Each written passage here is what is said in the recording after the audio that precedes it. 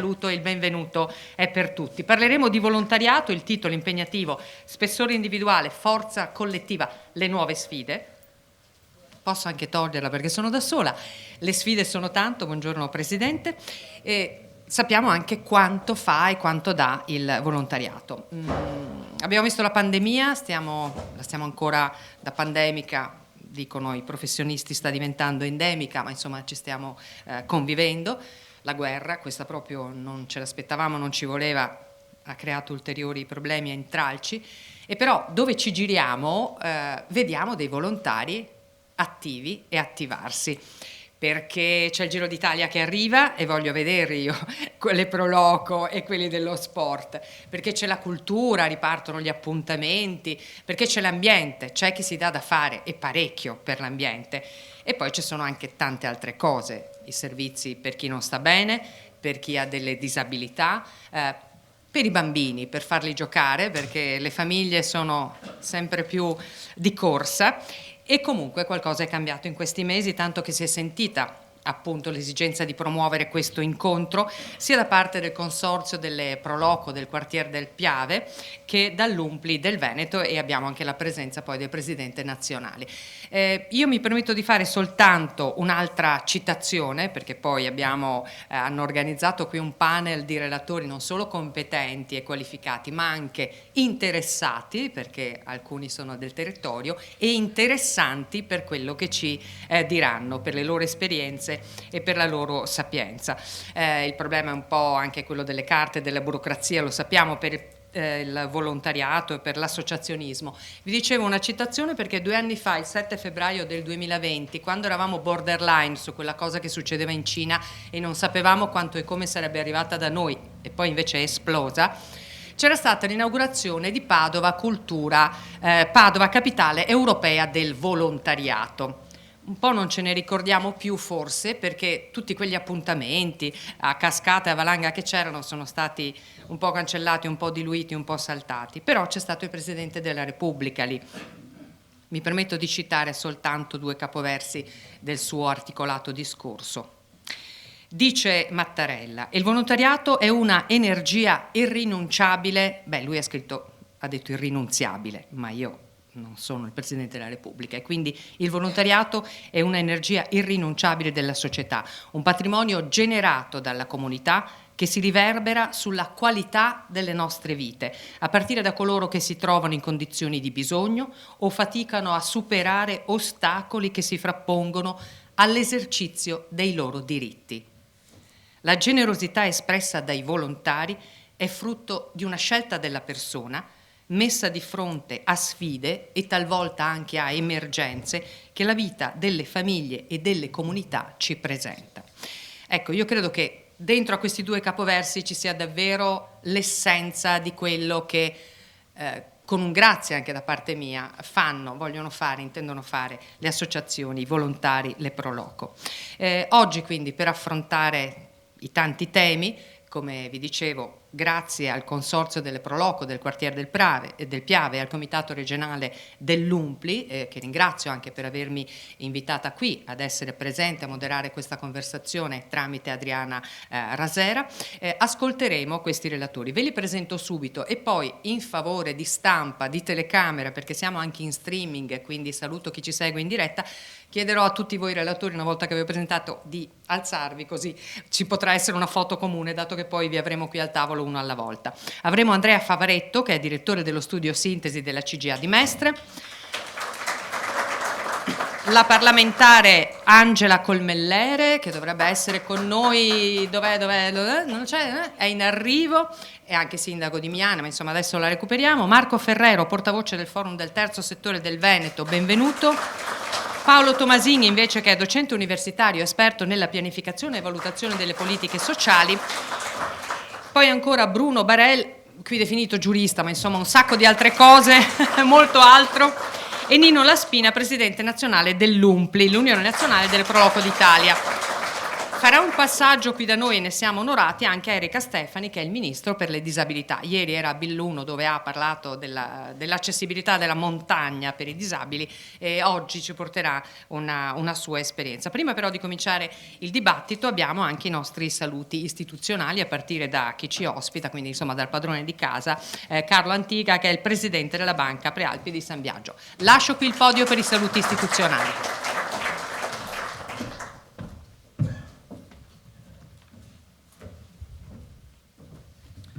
Buongiorno a tutti, il mio vuole essere soltanto un piccolo saluto che viene portato dal Consiglio di amministrazione, dal collega Nicola De Stefani, che è qui con me, e dalla direzione generale di Banca Prealpi San Biagio. Un saluto chiaramente a tutti, abbiamo sentito le autorità e chi verrà qui sul palco dopo, e a tutti i rappresentanti delle associazioni e del volontariato, che vedo anche appunto numerosi. Diciamo che il tema di oggi è molto interessante, è un tema che quando ad esempio si va così anche nelle varie comunità, la presenza o meno del volontariato esprime proprio, è un indice, diciamo così, di vitalità, un indice di forza. Quindi possiamo dire proprio che il volontariato esprime è uno strumento di misura per capire anche il grado di civiltà, di forza e di dinamica di quella comunità che lo esprime. D'altronde anche lo sappiamo, insomma, il volontariato esprime quell'elemento di sussidiarietà che viene anche riconosciuto dalla Costituzione, e quindi la sua presenza è proprio un vero e proprio collante fra il mondo dei bisogni, il mondo dell'aiuto, il mondo della valorizzazione culturale e locale, e quindi è una realtà che crea proprio un elemento di unitarietà all'interno di una comunità. Il rapporto di vicinanza tra Banca Prealpi San Biagio e il volontariato è, diciamo così, non soltanto storico, consolidato e anche riconosciuto, ma è proprio un elemento fondamentale, io credo, di cui noi ci pregiamo veramente da molto tempo di avere. Proprio ieri qui abbiamo fatto l'assemblea dei soci Banca Prealpi San Biagio, e il nostro compito non è soltanto quello di dare un sostegno economico locale, ma è anche quello di lavorare bene per poter destinare una parte del nostro utile a quello che è un elemento fondamentale, io credo, nella nostra comunità, appunto l'associazionismo e il volontariato. E ieri abbiamo voluto esprimere un messaggio molto importante: destinare 3 milioni dell'utile di esercizio alla voce appunto di erogazioni liberali e beneficenza. Io questo credo sia un messaggio forte che vogliamo dare, di fiducia e di vicinanza a questo mondo, soprattutto proprio perché veniamo da un periodo difficile, un periodo che purtroppo continua ad essere difficile per colpa appunto di questa disgraziata guerra tra la Russia e l'Ucraina, ma io credo che questo sia un messaggio che vogliamo dare di fiducia e di speranza al nostro territorio. Io credo che se non, credo sia importante proprio avere questo rapporto fra gli elementi di forza che rappresenta la nostra territorialità e quello che è proprio la disponibilità. Se il volontariato non ha disponibilità è difficile che questo possa anche esprimersi. Io credo che noi ci siamo con questa espressione di volontà, e credo che tutti quanti devono fare la loro parte. Ecco, io credo che questo sia una cosa che vogliamo dire forte, ma che credo che anche il mondo del volontariato possa apprezzare per quello che è il nostro contributo che vogliamo dare. Quindi buon lavoro, buona giornata. So che i temi sono importanti e anche ci sono relatori molto, molto qualificati, e quindi auguro a tutti un buon proseguimento di giornata. Grazie al Presidente Carlo Antiga. Dunque ha sottolineato l'importanza dell'unitarietà e certamente, ce l'ha anche detto, 3 milioni di euro, insomma. È una certa cifretta per questa località. Località presieduta a un sindaco, il sindaco di Tarso, Vincenzo Sacchette, che chiamiamo al podio per un saluto. Grazie anche al sindaco per questa presenza. Poi devo dire che è bellissima Tarso, il panorama è meraviglioso. Buongiorno a tutti. Un grazie innanzitutto a Banca Prealpi San Biagio che ci ospita. Noi qui a Tarso abbiamo la fortuna di questo auditorium e quindi manifestazioni e occasioni come queste di confronto ci fanno piacere e fanno bene alle nostre comunità. Un benvenuto anche a tutti i relatori, ma soprattutto un grazie alle Proloco, del quartiere del Piave, alle Proloco Venete, per aver organizzato un convegno che si basa su delle problematiche che in questi ultimi anni, anche se forse negli ultimi 2 sono state un po' dimenticate, adesso che riprenderanno... Sì. Non è un problema, lei sa che c'è quella cosa piccola così, no? Che basta mettere silenzioso. Ecco, vi chiedo di farlo perché può succedere qualche volta che si apra qualche Dobbiamo cosa riprendere improprio. quello che ci siamo lasciati 2 anni fa, anzi 2 anni e mezzo, quindi un riprendere le nostre attività, le attività del volontariato, delle associazioni, delle Proloco, e quindi riprendere le attività vuol dire anche per chi organizza manifestazioni dover imbarcarsi anche su tanta documentazione, su tante regole da rispettare, e quindi oggi penso sia un momento di confronto soprattutto per gli addetti ai lavori, per far capire che volontariato vuol dire anche cercare di agevolare questa gente che all'interno delle nostre comunità cerca di dare un qualcosa gratuitamente durante il proprio tempo libero, e cerchiamo quindi di agevolare e facilitare il loro lavoro. Penso che l'obiettivo di oggi sia proprio cercare alcune soluzioni, perché penso sia difficile trattare una manifestazione come trattare un'azienda, quindi con piani di sicurezza, piani anti-Covid, responsabili di sicurezza, responsabili antincendio e quant'altro, anche se dobbiamo comunque mettere sempre in sicurezza chi lavora, gli ospiti che vengono a queste manifestazioni. Però il messaggio penso che tutti quanti noi che vogliamo dare è: cerchiamo di agevolare e avvicinare la gente al volontariato e magari non così allontanare, specialmente in questo ritorno alla normalità. Vedo qui il presidente nazionale e do il benvenuto. Niente, il mio è un caloroso saluto da parte della comunità tarzese, una comunità che si trova all'interno delle colline Patrimonio Mondiale dell'Umanità. All'interno di queste colline non c'è solo un paesaggio, non c'è solo un patrimonio paesaggistico, ma c'è un patrimonio che è fatto dalle persone. Queste persone che danno tanto alle nostre comunità, dobbiamo cercare di agevolare appunto il loro lavoro e cercare di tutti insieme costruirgli un percorso perché possano dare ancora tanto alla nostra realtà e far crescere ancora di più il nostro Veneto. Vi ringrazio tutti e vi auguro un buon lavoro.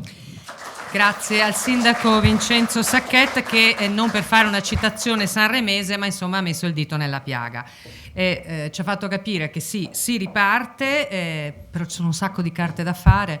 Anche il Comune ha già sollevato le sopracciglia, sì, di questo parleremo perché è necessario farlo. Federico Caner è l'assessore regionale al turismo, un sacco di cose, però insomma è qui e starà qui con noi credo per un po', perché ha una giornata un po' piena, però siamo felici di ospitarlo.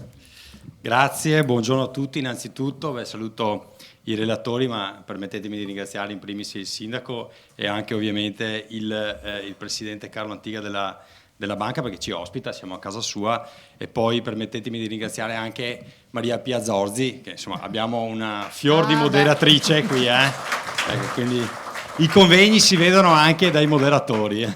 Non t'ho pagato, che sia chiaro. No, assolutamente.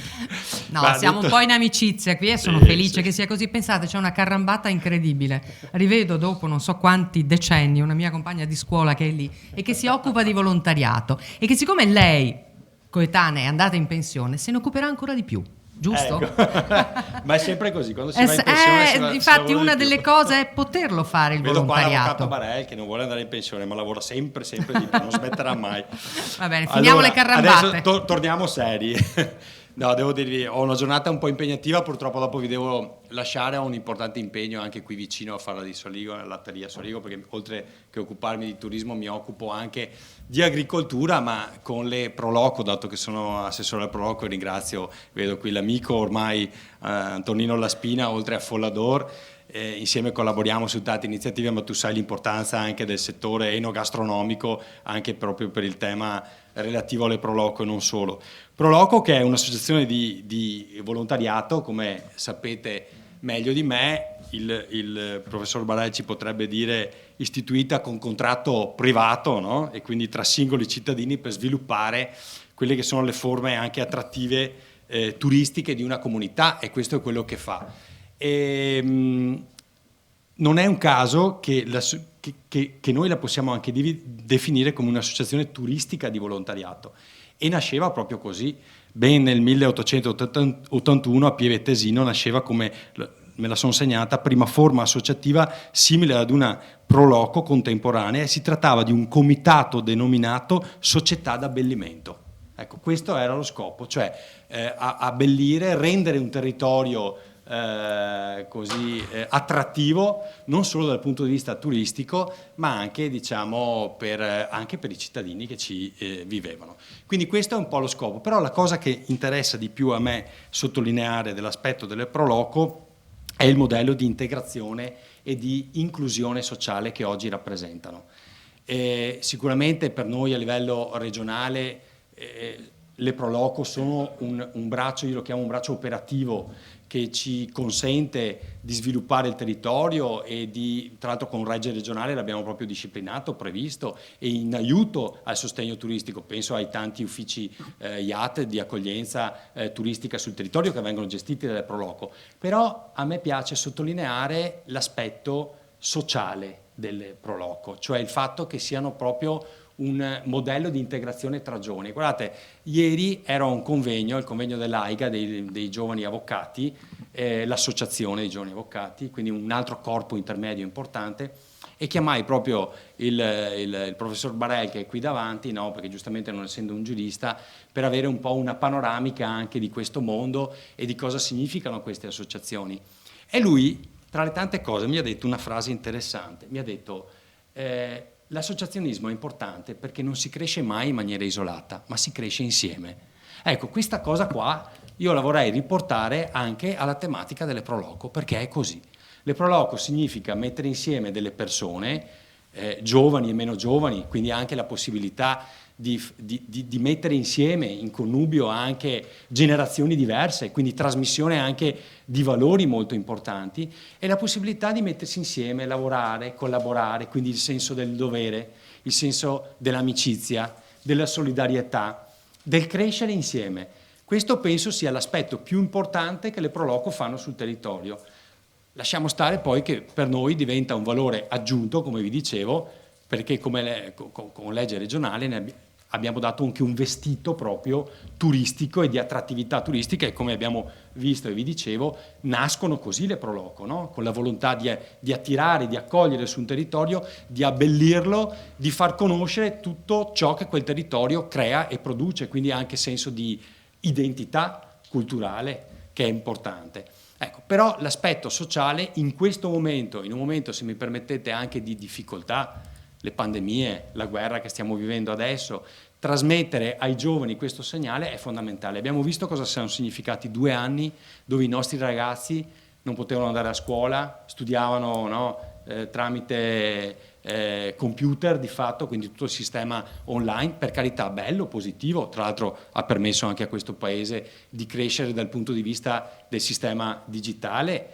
Come regione abbiamo anche investito molto su questo, però si è persa un po' quelli che erano i valori del contatto sociale, no? Che sono quelli, come diceva giustamente il professor Balai, che ci fanno crescere insieme, e questo ritorno è molto importante. Quindi, per chiudere, io ringrazio anche l'onorevole Colmerlere, che è qua in prima fila, per un altro aspetto, e chiudo veramente, che è quel lavoro, quel progetto di legge disegno di legge che state portando avanti, di semplificazione normativa. Noi abbiamo bisogno di questo. Qua abbiamo qualche caso di qualcuno che sappiamo bene cosa è successo in passato anche in questo territorio qui vicino, alcune situazioni che mettono in difficoltà i nostri volontari e i nostri presidenti con delle grandi responsabilità, quindi abbiamo bisogno di meno burocrazia, in primis, quando si organizzano feste sul territorio, sagre, concerti, tutto ciò che le Proloco fanno, e abbiamo bisogno anche che i nostri volontari siano tutelati, perché non possono rischiare di lavorare gratis, quindi mettere del proprio tempo, anche delle risorse economiche, e poi rischiare anche del proprio. Questo è molto importante, quindi ringrazio anche chi sta lavorando in merito anche sul supporto e sostegno territoriale, proprio per modificare la norma e concederci a tutti di poter lavorare con più serenità. Io ho finito. Grazie buona giornata a Federico tutti. Caner, che ci ha ricordato che che è un modello di integrazione e inclusione sociale. Sono state citate poco fa la DAD, la didattica a distanza, le chat. Allora è vero, perché alcuni ragazzi magari che sono rimasti chiusi, e purtroppo abbiamo esempi di depressione che sfociano anche in atti estremi, magari sono convinti di far parte di un'associazione perché sono dentro a una chat che vede un certo film, una certa serie su una piattaforma streaming. Beh, non è proprio un'associazione quella, è una questione diversa, forse ne parleremo. Roberto Franceschetti è il presidente del Consorzio Proloco Quartier del Piave, un altro che è a casa sua. E a proposito si è detto di molte manifestazioni, ho letto giovedì su un giornale, su un quotidiano locale, io sono di Treviso come voi, quindi della Marca, che da oggi alle prossime settimane e mesi sono 500 gli eventi organizzati nella Marca dalle Proloco e dalle associazioni, 500, quindi è una cosa spaventosa. Presidente Franceschetti. Sono un po' emozionato vedere tutta questa gente. Vi ringrazio, diciamo, le autorità, ringrazio i partecipanti, ringrazio i presidenti di Proloco, che ne vedo diversi. Questa idea nasce un po' dalla mia anima di presidente di Proloco a terra. Allora abbiamo avuto nel corso degli anni delle grosse amicizie, tipo il consulente fiscale Moschetta, tipo il consulente, diciamo, per quel che riguarda l'aspetto tecnico, Mauro Canal, e assieme abbiamo pensato, con Giovanni, presidente dell'Umbri, abbiamo pensato di mettere in piedi questo convegno, che inizialmente io volevo proporlo come un convegno per un po' risvegliare non quanto la legge, che siamo consapevoli che le leggi non si possono modificare, ma quanto un rapporto che abbiamo noi presidenti che lavoriamo 8 ore in fabbrica, che nel ritaglio di tempo da mezzogiorno alla ripresa o alla sera svolgiamo questa attività, e dove dobbiamo confrontarci con la burocrazia, dobbiamo confrontarci con l'impiegato comunale, che ha i suoi impegni e le sue cose, che diventa una corsa. Allora, perché non svegliamo? Allora, questi amici che ho menzionato prima, diciamo, hanno voluto dare questo taglio professionale, ed è giusto così. Però il mio appello è un po' questo, di trovare un qualcosa che si interponga tra un presidente di un'associazione, che non sono solo Proloco. Basti pensare agli alpini, basta pensare a tutte le altre associazioni che hanno tutte queste grosse difficoltà, che si trovano di fronte a compilare delle carte da mezzogiorno all'1 o dalle 7 di sera a oltre. Questa è la nostra difficoltà. Io faccio parte dell'Umbri da tanti anni, da 30 anni, sono stato un po' il promotore di certe manovre. Le associazioni di categoria hanno costruito un sistema. Sono un grande fiducioso e stimatore dell'Umbri nazionale, l'Umbri Veneto, che è stato precursore di certe robe. Polizza e assicurazione, l'assistenza legale, tutte le cose importanti. Ma il povero presidente ha queste difficoltà. Ha bisogno di trovare una sorta di interlocutore tra lui e l'amministrazione, perché a fare le carte è un impegno. Questo è l'aspetto. Siamo arrivati a Tarso non quanto perché Tarso è più bello del nostro paese, perché noi Proloco, noi associazioni, abbiamo un legame con questa banca. Questa banca è sempre stata sensibile e lo ha dimostrato, sull'ultimo bilancio. Ragazzi, guardate che 3 milioni è una roba enorme. Non voglio dire cosa riconosce la regione alle Proloco, ma se noi altri Proloco del territorio non abbiamo banca Prealpi, andiamo in difficoltà. Questo è quanto, ringrazio tutti e buon proseguimento.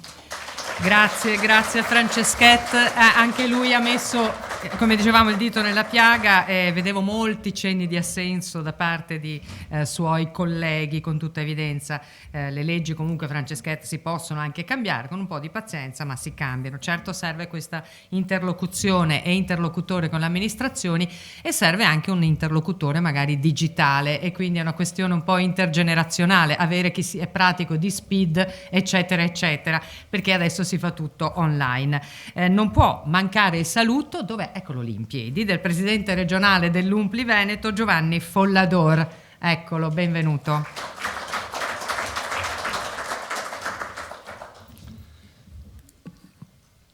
Grazie, buongiorno a tutti.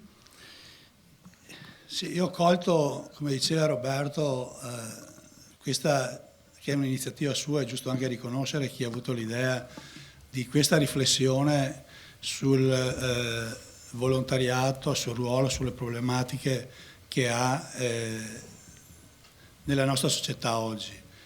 E anche perché adesso noi viviamo un momento importante, noi stiamo uscendo, e lo speriamo, dalla pandemia, ma stiamo anche organizzandoci e lavorando per entrare a pieno diritto e a pieno titolo nella riforma del terzo settore, nel registro unico del terzo settore, dove anche questo apre tutta una nuova prospettiva, tutta una nuova organizzazione che noi ci stiamo dando, e siamo, grazie al Nucleo Nazionale, ringrazio la presenza il nostro Presidente, in prima fila anche su questo, anche rispetto a tante altre associazioni. Noi ci confrontiamo anche nel territorio con altre associazioni e dicono che ancora non sa neanche tutti questi passaggi nuovi che si sta facendo, e di questo devo ringraziare, perché questo dà grandi e grosse opportunità alle Pro Loco, ma anche a tutto il mondo del volontariato, che finalmente viene riconosciuto e viene portato avanti, perché una società senza anche viva come la nostra, dove i volontari, pensiamo anche a questi nostri territori, sono l'anima di tante iniziative, di tante attività. Noi abbiamo, e io ringrazio, il mio intervento di saluto e quindi anche di ringraziamento di chi è presente, oltre che gli illustri relatori. Voglio ringraziare, è già stata citata l'onorevole Angela Colmellere, che siamo stati, grazie a lei, insieme 2 giorni fa al Parlamento a presentare una grande iniziativa che viene fatta in questo territorio, che è la Primavera del Prosecco, con tanti illustri ospiti, ma soprattutto quello che è stato già detto, il fatto di aver provato, e noi ci auguriamo che vada a buon fine, una proposta di legge, perché di questo abbiamo bisogno, di semplificazione per tutte le nostre attività. E bisogna che il mondo della politica si metta a tavolino, non va bene si modifichi pure sta legge in qualche modo, ma questi sono i problemi, come ha sollevato Roberto Franceschet, che noi oggi abbiamo, la grande burocrazia, la grande difficoltà in ogni nostra iniziativa. È chiaro che il richiamo era anche un po' di Roberto anche all'Umpli, ma che noi su questo ci stiamo molto organizzando nel dare servizi alle Pro Loco, e lo facciamo grazie anche al sostegno che da sempre abbiamo della Regione Veneto, e ringrazio Federico Caner che ci è estremamente vicino e con il quale collaboriamo costantemente, e noi ci auguriamo che continui, ma sicuramente continuerà, e l'incontro con l'illustre relatore di oggi, di alcune riflessioni, penso che ci possano essere utili a tutti, e che quindi io sono sempre stato un po' con Roberto, ogni tanto ci confrontiamo, lui ha sempre un animo, qualche volta è sempre in prima linea, ma un po' pessimista, io sarei un po' più ottimista, e io sono convinto che le Pro Loco, ma tutto il mondo dell'associazionismo, grazie anche a queste riflessioni fatte assieme, possa andare avanti e possa essere protagonista sempre di più nella società. Grazie.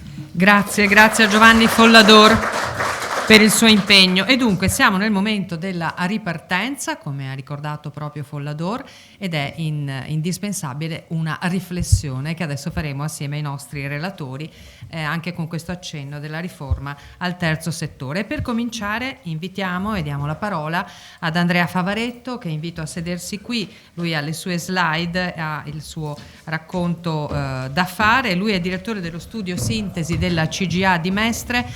Ogni settimana la CGA ci dà dei numerini, ciao Federico, dei numerini e delle situazioni interessanti. Quella di oggi è che le aziende del Veneto avanzano dalla pubblica amministrazione 5 miliardi. Ecco, così la buttiamo lì, facciamoci sempre mai una buona notizia non ci date, non capisco. Allora, Favaretto, l'impatto sociale e economico delle Proloco. E non solo. E lì c'è il microfono che però bisogna avvicinare, sì. questo. E noi stiamo a distanza di sicurezza. Bene.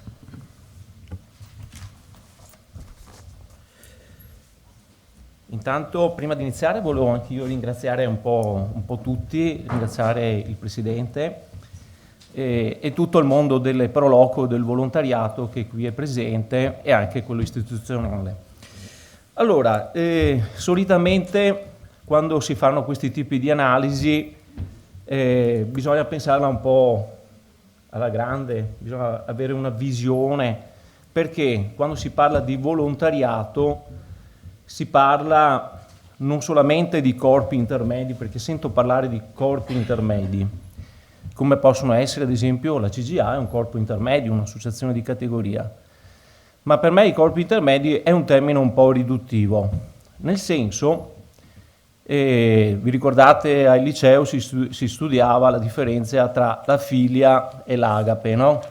La filia era l'associazione, l'agape invece era l'amore, quel posto in cui avveniva un contatto stretto, un rapporto stretto tra dei soggetti.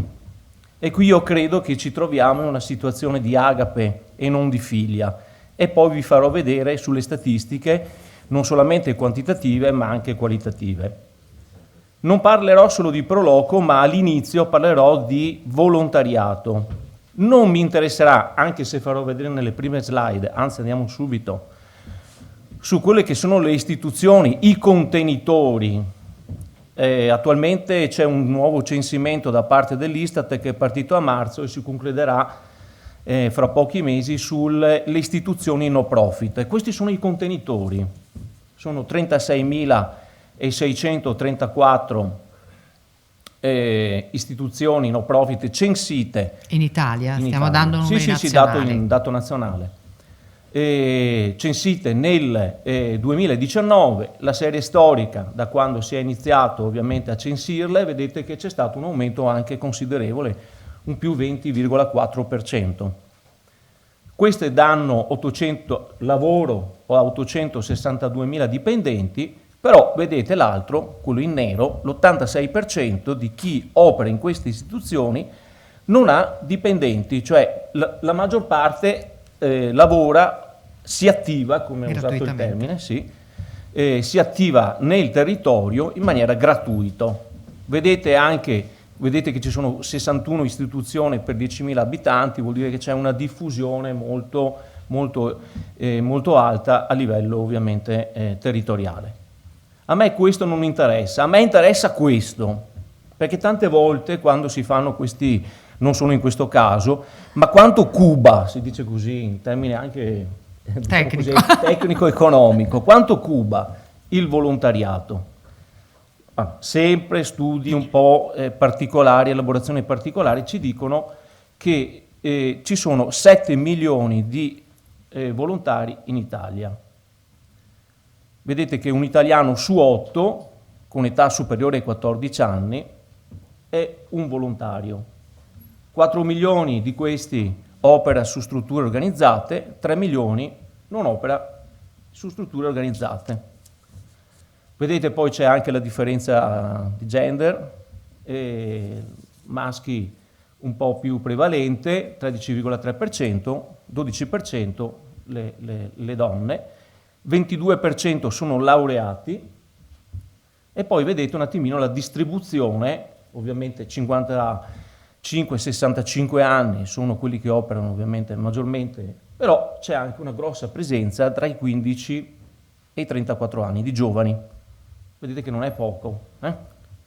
Questo per dire che anche i giovani sono interessati, diciamo che il volontariato riesce a catturare anche i giovani. Dove sono presenti? Okay. Vedete che la maggior parte sono presenti nei nostri territori. Queste sono statistiche, cioè sono fornite dall'Istat anche queste, un po' particolari. 16% sono localizzate nel nord-est, il 14% nord-ovest, centro 13,4% e così a seguire. Dove sono attivi? Vedete, la maggior parte, diciamo, non nel settore, opera e aiuta attività religiose, 23,2%, attività ricreative e culturali, sanità, assistenza sociale e protezione civile. Ecco, un'altra cosa, vedete un'altra statistica, e questa secondo me è proprio quella più dirompente, 126 milioni di ore gratuite all'anno.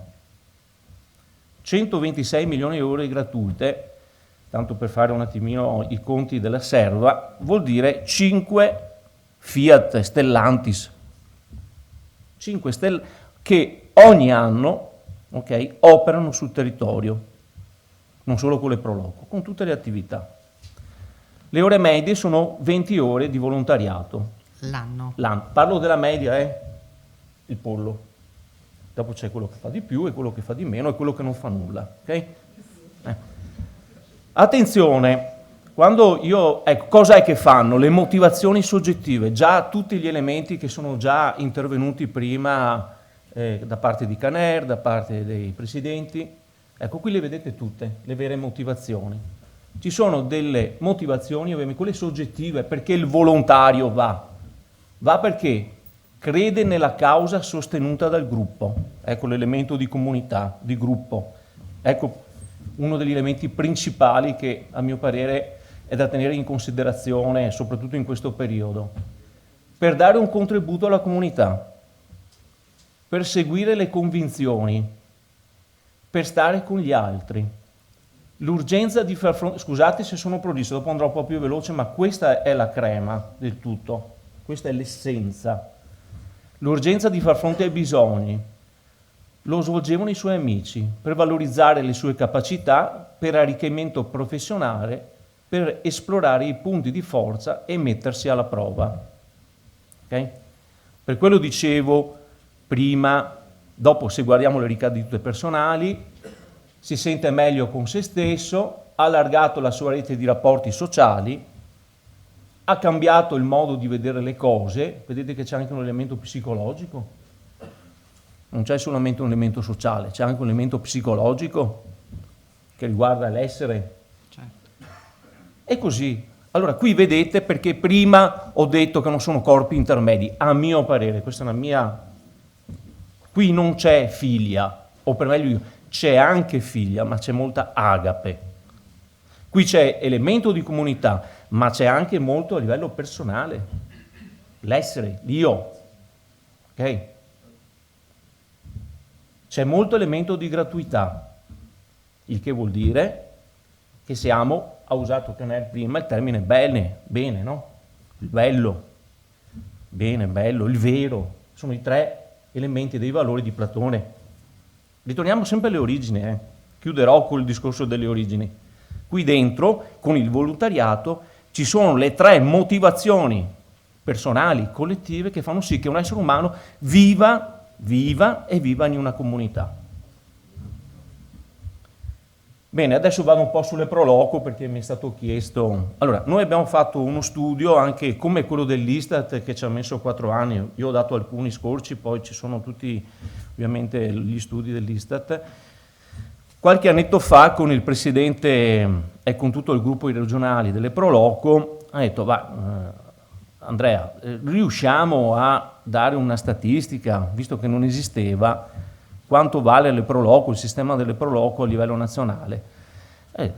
Vediamo un attimino quello che è possibile fare. Dopo 2 anni siamo riusciti ad arrivare a una pubblicazione varie presentazioni, Senato, Presidenza del Consiglio dei Ministri e quant'altro, però siamo arrivati a una pubblicazione edita, e chi volesse poi eventualmente anche comprarla, edita da Marsilio. Vediamo se magari riesco anche a farvela vedere, è questa qui, vedete, in cui ovviamente c'è di tutto e di più, sia in termini quantitativi ma anche in termini qualitativi. Siamo riusciti, nonostante ovviamente il fatto che partivamo da zero, non c'era una metodologia, non c'era assolutamente nulla, c'era tanto lavoro fatto, però nessuno è riuscito mai a fare un censimento a riguardo. Aggregare. La metodologia la faccio vedere velocissimamente, ok? E andiamo subito a noi. Vedete che le Proloco in Italia adesso sono un po' più calate causa Covid, ovviamente hanno avuto, ma di pochissimo, ok? Le Proloco poi vediamo che sono riusciti a tenere nel periodo del Covid, anzi alcune, soprattutto che operavano in certi tipi di attività, invece si sono più irrobustite. 6.200 Proloco. Vado qui un po' più veloce, la presenza, questi sono indici di densità ovviamente demografica e territoriale, vedete che ovviamente l'indice è molto alto, io le definisco le Proloco un po' come i preti o i carabinieri, almeno una Proloco su ogni comune più o meno, no? Okay? Questa però fa capire l'importanza della Proloco all'interno della comunità in cui opera. E qui veniamo un po' ai numeri. Vedete, a me piace molto soprattutto i due centrali, 600.000 soci, 300.000 ovviamente volontari attivi, il che vuol dire che più o meno cuba 1 milione di persone che si muovono. Vedete qui abbiamo fatto anche qui una valutazione, vedete un attimino che 25 milioni di ore. Se voi pensavate a quel discorso fatto prima, parlavamo ovviamente, praticamente un quinto più o meno lo svolgono le Proloco. Okay? Vedete qui un attimino quelli che sono tutti gli eventi realizzati, non sono solamente le sagre, ovviamente voi, qui inutile che discuta perché voi sapete benissimo, anzi forse meglio di me, le attività che fate. Le sagre, 20.000 eventi, 48 milioni di partecipanti, altri eventi che poi darò qualche numero, 90.000 altri eventi, 40 milioni di partecipanti per un totale di 110.000 eventi all'anno per quasi 90 milioni di partecipanti. Provate a pensare cosa vuol dire, cioè più o meno noi siamo 60 milioni, un po' di più, un po' di meno, provate a capire che più di una persona è andata a un evento di una Proloco. Gli eventi organizzati, dicevo, queste sono le percentuali sul totale ovviamente delle Proloco, il 70% delle Proloco fa sagre e fiere, però non solo, poi qui vedete potrei fare qui ho messo quelle principali, potrei riempire 4 pagine, comunque va dalle passeggiate organizzate, dalle mostre d'arte, della presentazione dei libri, seminari e convegni, cioè vedete la diffusione anche delle materie trattate, ok? Cioè vuol dire che chi ha nel suo interno una capacità, una professionalità, la dona. Vedete poi invece quello che gestisce, perché la Proloco poi in alcuni casi gestisce dei servizi, sicuramente sul discorso di informazione turistica, quasi il 60% fa anche attività di informazione turistica nei territori, soprattutto ovviamente nei piccoli comuni, musei, sito storico-archeologico, biblioteca e via dicendo. Vedete qui interventi a sostegno, si parlava prima di solidarietà sociale, un altro numero, 60%, però vedete che ci sono anche molte attività culturali, per quello dicevo prima professionalità, cioè la pubblicazione, la presentazione di libri non è, vuol dire che bisogna avere anche un certo tipo ovviamente di preparazione. Il finanziamento, vedete che la maggior parte è autofinanziamento. Il presidente prima del consorzio parlava, qui un po' per capirci, parlava di autofinanziamento, però finanziamento anche di contributi, vedete che ovviamente in questo caso è un caso eccezionale, complimenti a proposito per lo sforzo fatto, però diciamo che mediamente insomma quello che non è il 37% arriva ovviamente soprattutto da strutture come le vostre, Presidente. Poi dopo abbiamo analizzato l'impatto sociale, qui l'abbiamo diviso, qui ve lo faccio vedere ma scorro velocissimamente, comunità, formazione, impresa, ambiente e territorio. tanto un po' per rientrare nelle logiche prima della dottoressa. Do alcune cose, anche qui, ad esempio a me piace far vedere che anche i ragazzi, o comunque i ragazzi, anche la popolazione più giovane, il 28%, è partecipe e opera attivamente all'interno di Proloco. E vedete che anche come a livello nazionale, insomma un po' più sono i maschietti, però diciamo che facciamo che anche il 46% delle donne partecipa. È solo perché non viene considerato il volontariato casalingo. Non c'è il volontariato, cioè, ovviamente. Abbiamo un bel po' di cose da fare, poi se Ovviamente. possiamo... Poi una cosa che ad esempio a me piace tantissimo, che rientra proprio nel suo concetto di comunità, è questo, cioè la collaborazione con altri soggetti. Parlo soprattutto in un territorio, quello veneto, che non occorre che vi dica, perché gli studi sono quelli sociologici, non si fa rete, non si fa nulla. In questo caso qua la collaborazione va e spazia addirittura con le altre associazioni di volontariato e quant'altro, cioè c'è veramente una rete ovviamente orizzontale e verticale. L'impatto economico, abbiamo fatto un po' come da CGA, siamo abituati, allora abbiamo fatto una valutazione, ovviamente dove era possibile farlo, parlo soprattutto di sagre e fiere. Morale della favola, vedete quanto si spende in sagre e fiere, questo sempre a livello nazionale, comunque si spende tra coloro che vengono all'interno della sagra a visitare e che acquistano oppure mangiano, insomma fanno le loro cose, e ovviamente le attività per organizzare le sagre, cuba 700 milioni. Però questi 700 milioni all'anno, attenzione, non sono, è come tutti gli investimenti, qui parlo proprio che capisce cosa voglio dire, cioè un investimento, quando io investo, sono un'impresa, €1, questo euro non sta fermo, ma genera cosa? Genera tante cose, genera soldi per altri fornitori, per chi ci lavora, il cosiddetto indotto, ok? L'indotto è questo. Questi 700 milioni diventano cosa? 2,1 miliardi, ok? E danno lavoro a 11.000 persone, ok?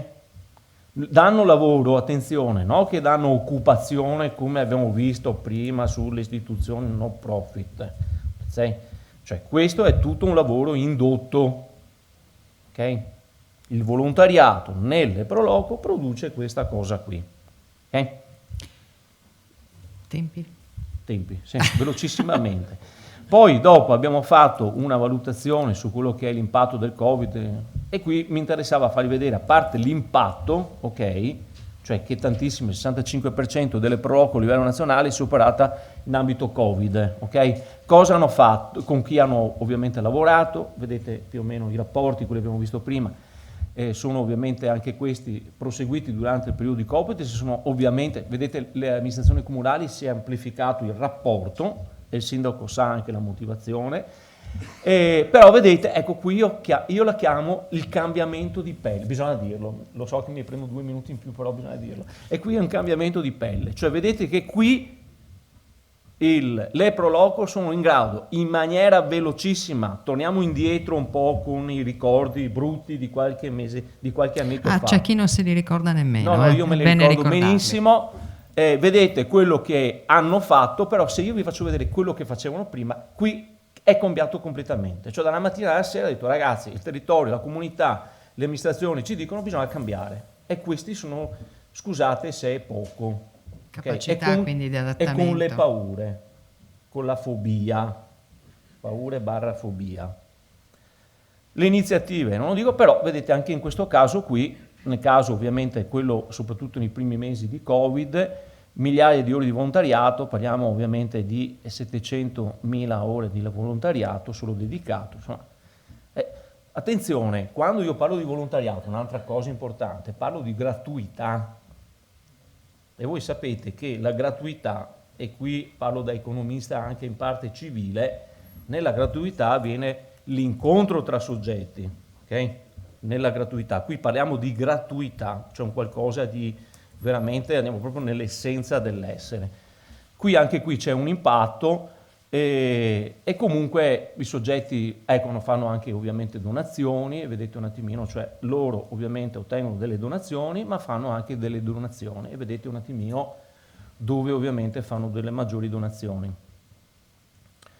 Ecco, dopo alla fine a me piace far vedere questo, ok, prima di arrivare alla fine, ma non sono arrivato alla fine, è che le proloqui ovviamente l'abbiamo visto, qui avete usato il puzzle, mi piace anche molto il discorso del puzzle. Una bella idea. Però ecco, qui è un po', se voi vedete un po'... È un ingranaggio. Questo è un Deve ingranaggio, ruotare. vedete anche soprattutto i contenuti dell'ingranaggio, c'è di tutto e che va un po' all'interno poi di quello che è lo spessore individuale e la forza collettiva e gira tutto. Questo è il motore del volontariato. Ma voglio chiudere poi per dare anche un assist ovviamente ai giuristi, no? Articolo 2 della Costituzione, articolo 118 della Costituzione. Articolo 2 è la solidarietà, un elemento fondamentale, è uno dei maggiori elementi fondamentali della nostra Costituzione. Non la leggo perché la sapete già. Una Corte Costituzionale, la numero 65, una sentenza numero 75 del 1992, ha sdoganato il volontariato e l'ha fatto diventare come un elemento principale in cui avviene la solidarietà. Okay? E come avviene? Articolo 118, okay? Che è quello della sussidiarietà, addirittura quella orizzontale. Proprio per chiudere cito Giovanni Maria Flick, ex Corte Costituzionale, dice che l'affermazione, cioè il dettato 118 della Costituzione, dice che è un'attività fondamentale per la convivenza nei più diversi ambiti: sanità, carcere, assistenza, cultura, protezione civile, ambiente, sport, senza finalità di lucro, al di fuori delle logiche di profitto del settore privato e della rigidità di quello pubblico, attraverso il cosiddetto terzo settore. È un'esperienza che offre molteplici sviluppi, soprattutto all'occupazione giovanile e all'assistenza, nonché alla collaborazione con il settore pubblico e alla supplenza delle carenze di quest'ultimo nel welfare. Grazie davvero ad Andrea Favaretto per le citazioni, grazie per questo lavoro. Una domanda, lo troviamo nel vostro sito? No, ve lo dono. Nel sito dell'Umpli, quindi No, sarà... no, questo lo trovate, ve lo dono, l'Umpli... No, non sono io che organizzo. Sì. Allora, nell'Umpli c'è già tutto. Nell'Umpli c'è già tutto. La parte iniziale, ecco. quella è un po' sul discorso del volontariato, perché però mi sembra giusto... È una premessa corretta. Una sfaccettatura, perché di che cosa parliamo, se no. Grazie Favaretto per tutti questi numeri. Devo dire, come diceva lui, la crema, ma io dico anche la cornice di una sostanza che abbiamo visto nei numeri essere molto importante. Ho chiesto dove si può trovare questo materiale perché non tutti saranno riusciti a prendere appunti e perché può essere invece da spunto, da motore per altre situazioni. Dopo Andrea Favaretto ascoltiamo e diamo la parola ad Angela Colmellere, parlamentare, già sindaco di Miane e quindi è una donna del territorio, è un'amministratrice, è una parlamentare. Lei, abbiamo sentito, ci farà una proposta concreta qui accanto a me per una legge per regolamentare e semplificare lo spettacolo o gli intrattenimenti di portata minore in luoghi pubblici, così è la definizione. Di recente ho anche letto un suo comunicato, un comunicato che riguardava la salvaguardia di bande, cori e gruppi folcloristici dalla burocrazia, perché ci sono anche loro. È stato citato poco fa da Favaretto l'attività nelle carceri, non so se c'è qualcuno, ma fanno davvero un lavoro molto importante e molto prezioso. Angela Colmellere, benvenuta a casa però, a Miane, Tarso, è già aperto. Grazie, innanzitutto grazie a voi tutti, grazie alla dottoressa Zorzi per questo interessante convegno di cui avevamo bisogno per fare chiarezza, ma anche per continuare a motivare l'azione e anche il buon cuore di tante persone che dedicano il proprio tempo, perché non è una cosa così scontata, non è una cosa che si deve dare per normale, il fatto di privare se stessi per donare agli altri, per far sì che gli altri possano fare anch'essi esperienze di quello che comunque noi andiamo a raccontare e che lo possano poi a loro volta riportare da altre parti. Quindi il fare il volontariato è un atto d'amore, sembrerà una frase banale, ma è così. E in quanto tale noi dobbiamo sapere che in questa fase in cui questa società si sta anche un po' perdendo, noi dobbiamo tornare a questi valori, dobbiamo tornare comunque al fare comunità, all'essere comunità, al donarsi, ma soprattutto lo dobbiamo fare a determinate condizioni, perché il mondo del volontariato è fondamentale, noi lo sappiamo soprattutto perché interviene in determinati comparti che sono dei comparti collaterali a quella che di solito è l'azione di un'amministrazione, però che intervengono in maniera massiccia perché sono un braccio operativo spesso e volentieri di quelle che sono le amministrazioni. Amministrazioni anche se pur volendo magari non riescono o non sono nelle condizioni spesso e volentieri di poter promuovere un territorio come invece magari le associazioni permettono di fare. Non soltanto la promozione del territorio, perché ricordiamoci che quando parliamo di volontariato abbiamo tanti aspetti di questa stessa medaglia, quindi associazioni sportive, sicuramente anche associazioni che si occupano di primo soccorso, quindi ecco, comunque il volontariato vive in questo momento una fase in cui deve essere sostenuto, preso per mano e accompagnato. Mi piaceva sentire prima i dati che erano stati appunto raccontati e abbiamo capito che questo paese ha uno spirito di solidarietà molto, molto importante, molto pronunciato, e mi faceva sorridere il fatto che un veneto, un italiano su 8 fa volontariato, ma noi in Veneto abbiamo questo limite ancora più ridotto, perché una persona su 5 fa volontariato. Quindi questo per raccontare che anche a livello nazionale noi facciamo la differenza, e non è da poco. Non è da poco, ecco che in questo senso qui dobbiamo essere consapevoli che noi abbiamo uno spirito che è innato in noi, perché probabilmente è anche frutto di quelli che sono i nostri valori che ci sono stati trasmessi. Allora, una persona che svolge volontariato, io ritengo che debba essere messa nelle condizioni di poterlo fare in maniera semplice, in maniera snella e in maniera facile. Questo non significa non pensare alla sicurezza. La sicurezza non va trascurata, ma la sicurezza, intesa come individuazione del rischio, deve essere commisurata al rischio stesso. Quindi noi dobbiamo in questo senso fare e avere presente che determinate situazioni, determinate manifestazioni non sono tutte uguali. Ci sono delle manifestazioni molto grosse, molto importanti, che portano con sé delle richieste, delle domande, delle documentazioni molto molto importanti, e sto facendo riferimento ad esempio a un super concerto che può essere il concerto di Vasco Rossi. Ecco, questo sì, allora porta con sé una serie di adempimenti fondamentali. Però parallelamente ci sono degli eventi minori, spesso e volentieri organizzati appunto dalle Pro Loco, che non possono avere e subire la stessa presentazione di documentazione. Quindi per questa fattispecie ci deve essere comunque una formula più facile, più semplificata. Adesso magari entriamo anche in quello che è il vivo della legge, e vi do anche i riferimenti su quelli che sono appunto i dettagli tecnici. Quello che noi vogliamo fare è comunque una semplificazione, come dicevamo prima, delle attività da svolgere da parte del volontariato. Ecco, questo significa semplificare sia la parte relativa a quelle che sono le domande da presentare, e sia appunto a fare anche un distinguo, come vi dicevo prima, fra i vari tipi appunto di eventi che possono essere promossi.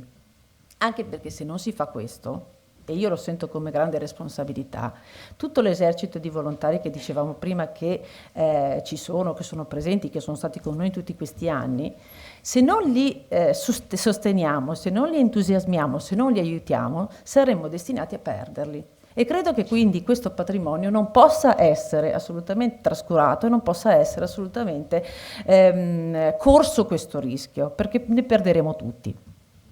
Allora, per quanto riguarda gli aspetti appunto della legge in sé per sé, saluto anche i presidenti UMPLI, il presidente nazionale con cui ci siamo appunto trovati anche questa settimana, oltre a tutti gli altri ospiti, padroni di casa che ringrazio. E qui la parte fondamentale di questa legge è innanzitutto comprendere che il distinguo, appunto, come vi dicevo prima, fra i vari tipi di spettacolo. Ci sono degli spettacoli che hanno un certo numero di persone superiore ai 500, alle 500 persone che dovranno avere degli adempimenti. Attualmente la legge prevede che per gli spettacoli più piccoli, fino a 200 persone, ci sia un altro tipo di regolamento. Noi adesso vogliamo che quel regolamento fino a 200 persone sia portato invece a fino a 500 persone, quindi eventi piccoli devono essere quegli eventi che sono fino a 500 persone. Quindi, e questo permette anche in maniera più semplice tutta una serie di capacità, tutta una serie insomma di attività che si possono fare in maniera più facile. Quindi sono considerati piccoli eventi gli eventi di pubblico spettacolo fino a 500 persone.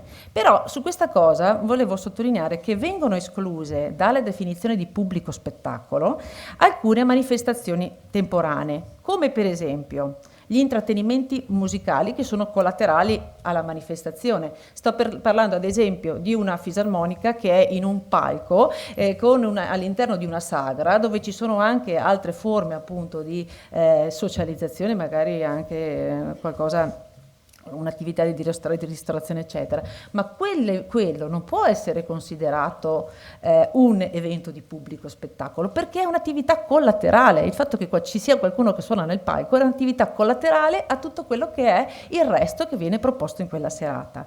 Ecco, quindi anche qui verrà fatto un distinguo.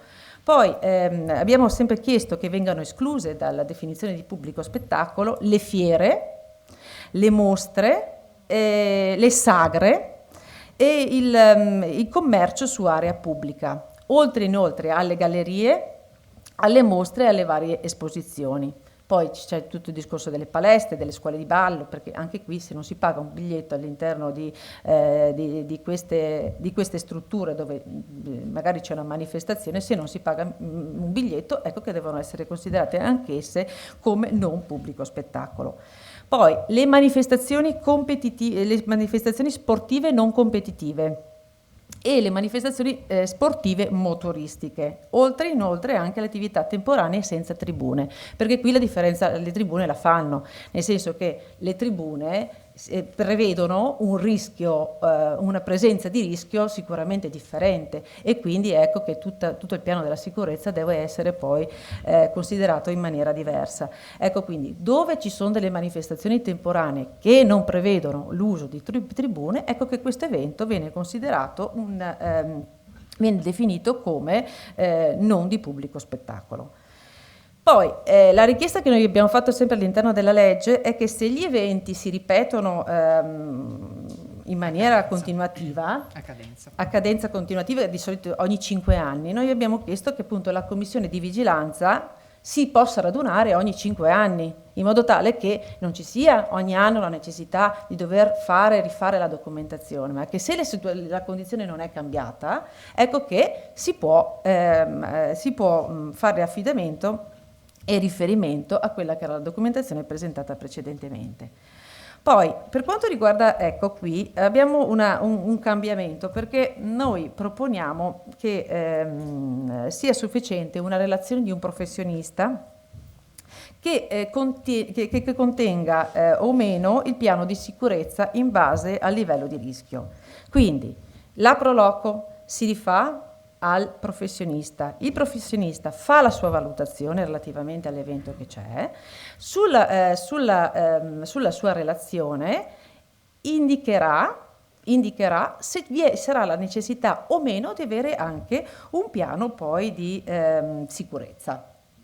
Quindi di fatto la responsabilità passa dal presidente della Proloco e a chi ci lavora, passa direttamente a quello che è il professionista, il quale deve comprendere appunto se vi è necessità di far rispondere a degli adempimenti maggiori o meno. Protesterà l'ordine degli ingegneri, onorevole, perché quando l'ingegnere deve redare questa situazione poi il rischio passa su di lui e si dovrà assicurare. Però ho un marito ingegnere, ecco, anch'io, questo è il problema. Anch'io.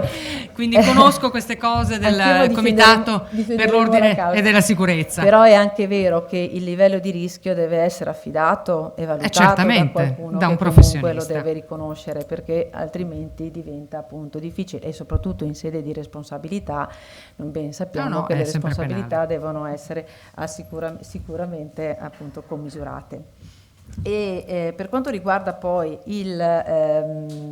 altre introduzioni, quindi altre novità, sono la semplificazione sulla norma acustica, per esempio, quindi non serve un'istanza di deroga se si usano impianti dalle ore 9 alle ore 22, per esempio. Se noi facciamo riferimento ad una gara, mi viene in mente la gara paesana sportiva, che richiede un uso di un microfono magari certo.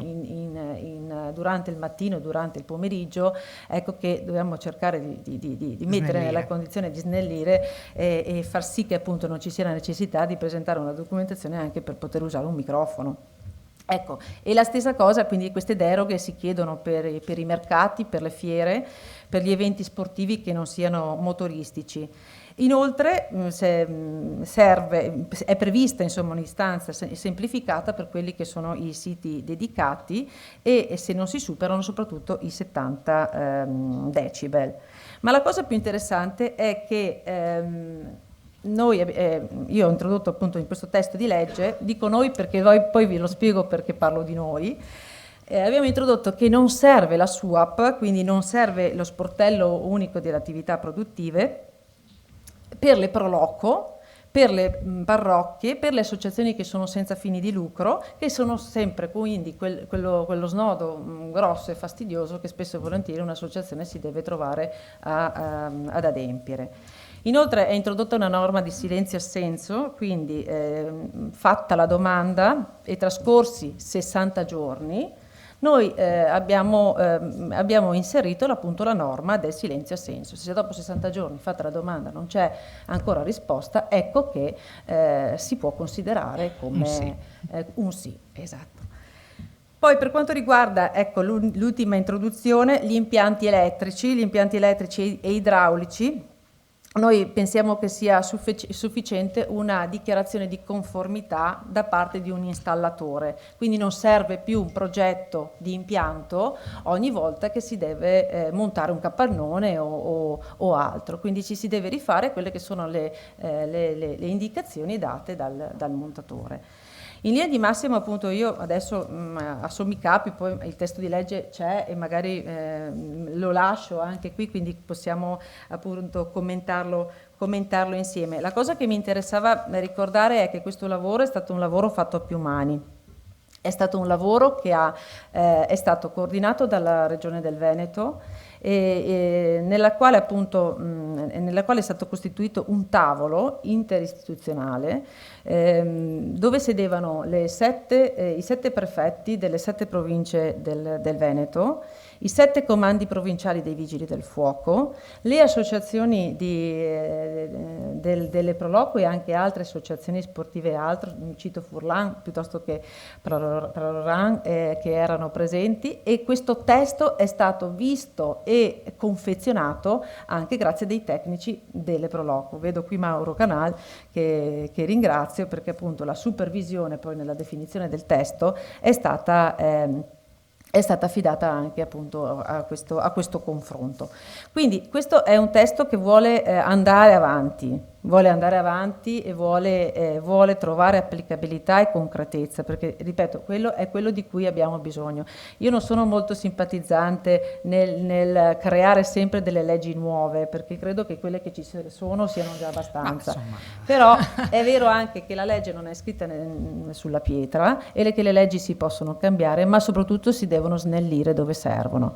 Un'altra cosa, questa è una legge delega, quindi è una legge delega, significa che delega il governo poi a definire alcuni aspetti, ma in questa legge delega noi abbiamo messo dei paletti sicuramente fermi, che vogliamo che rimangano fermi, e appunto qui l'elencazione che vi ho fatto prima, per questi rappresentano dei punti fermi, perché per non poi avere il rischio che il burocrate che deve poi confezionare il documento non inserisca anche altro che magari non serve, o magari altro di diverso. Noi vogliamo che intanto nel testo di legge ci sia quello che vi ho raccontato, perché da lì poi si può ampliare, ma non si può fare a meno di questi aspetti che sono quelli poi che servono a chi deve operare in maniera concreta all'interno appunto delle proprie comunità.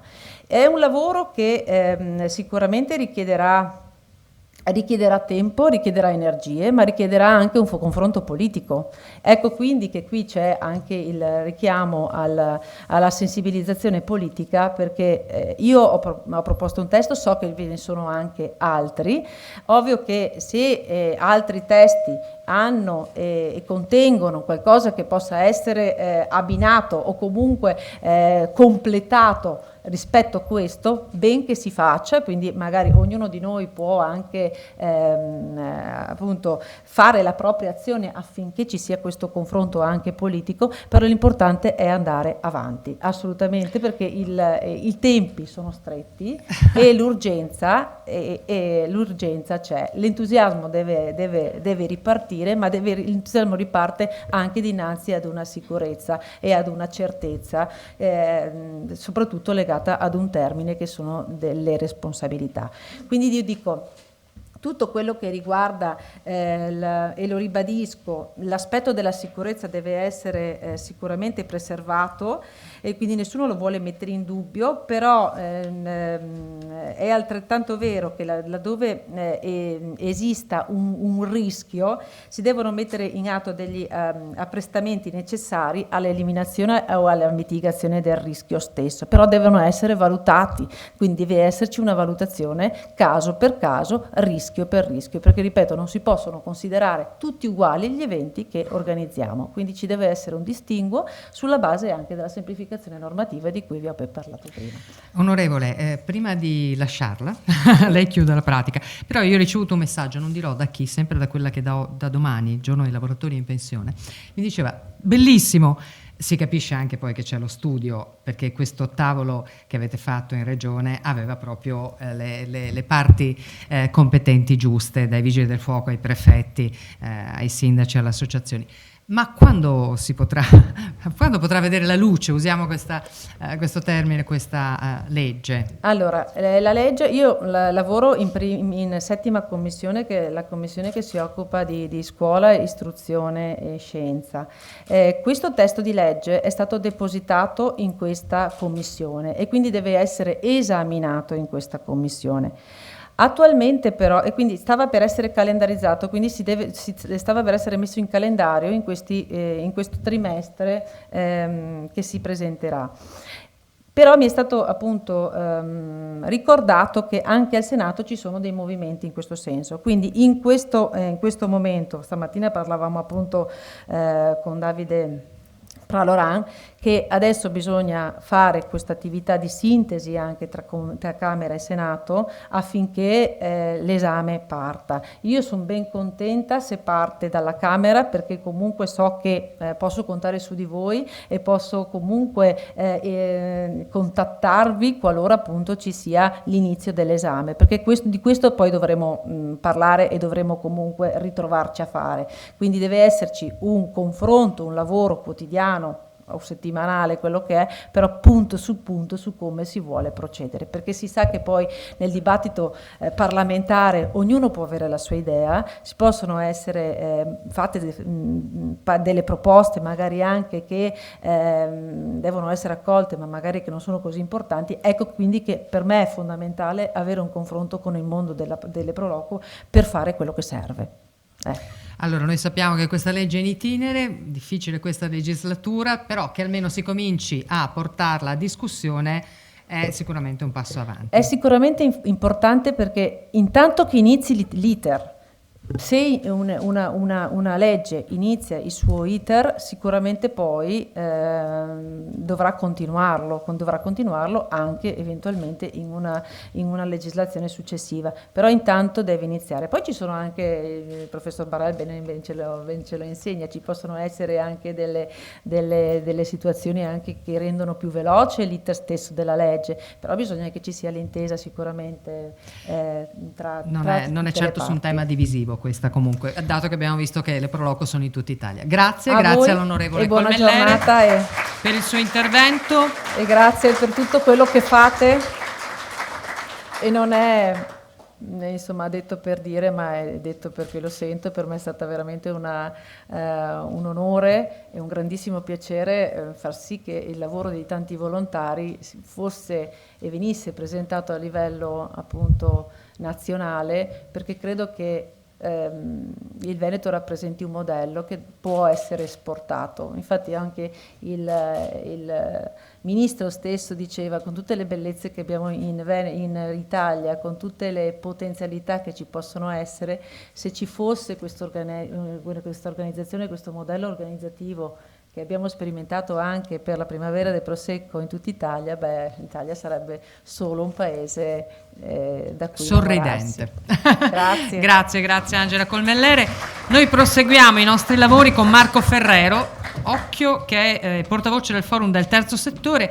Con lui apriamo la conversazione su un altro tema molto sentito, quello appunto della riforma del terzo settore che è stata evocata poco fa, con quali paradigmi, sfide e problemi. Benvenuto, non so se il tecnico debba fare un salto qui per... No, cambiamo. Bravissimo, Ferrero è un millennial, quindi è lì che traffica, ma ce la faremo. Noi stiamo anche aspettando il ministro Stefani, io ho le antenne alzate, quando mi avvisate ovviamente ci adegueremo. Non lo so. Bene. Forse questo? No. Altrimenti forse serve il tecnico. Chiediamo al tecnico di fare un salto qua su, perché ogni computer ha le sue modalità, e quindi è bene non trovo, che ognuno se ne appropri.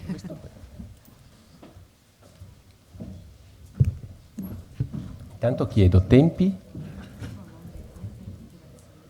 Eccola qua, grazie. Sì. Io intanto vi dico, siccome prima l'ho citata, il ministro Erika Stefani, abbiamo saputo che non ce la fa a venire per motivi personali, ma noi abbiamo un panel che non ha alcun timore e problema nel raccontarci molto sul volontariato. Abbiamo un cantiere aperto della riforma del terzo settore, Ferreri. Aperto da un po' troppo tempo, ma... Questo vogliamo chiuderlo anche. Esatto. Tempi un quarto d'ora? 15-20 okay, al massimo. Bene, I 15 sono meravigliosi. Benissimo. Allora, 15 minuti vuol dire 3 slides, 5 minuti all'una, e così dovremo cavarcela. Allora, io così, riflettendo un po' con la dottoressa Rasera rispetto al mandato del mio intervento di questa mattina, abbiamo poi un po' deciso di intitolarlo così. Vedete, il volontariato nel cantiere aperto della riforma del terzo settore, paradigmi, sfide, problemi. Allora, partiamo dai problemi.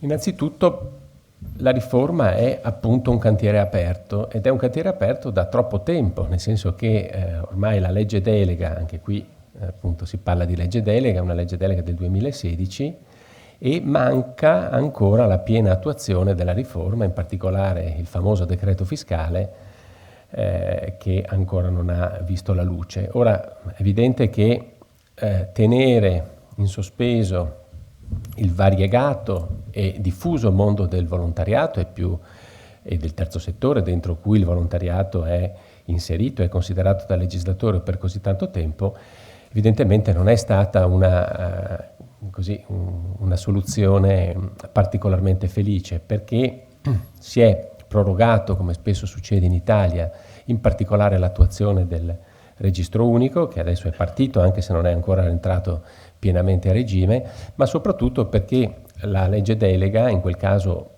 come dire, molto ampia, prevedeva una serie molto numerosa, addirittura decine di decreti attuativi che hanno visto la luce in itinere in maniera un po' lenta. Quindi questo è stato il primo problema, che in parte è superato perché ormai i principali strumenti di attuazione sono sul tavolo. Il registro unico a novembre è partito, quindi cominciamo a vedere un pochino la luce alla fine del tunnel, cioè a capire esattamente non solo i contenuti, ma anche i confini della riforma.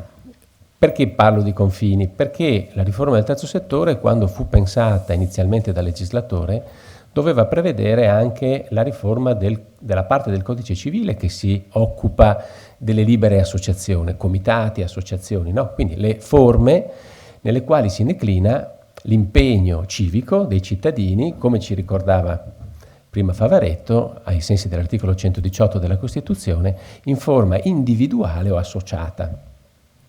In realtà non c'è stata la riforma del codice civile per quanto riguarda questi enti, e forse questo forse è una fortuna perché in qualche modo lascia la possibilità, soprattutto in una fase come questa molto problematica, di optare tra entrare a pieno titolo dentro la riforma, quindi dentro il codice del terzo settore, con le sue opportunità, con le sue potenzialità molto interessanti, poi dirò qualcosa, ma anche con le sue problematiche.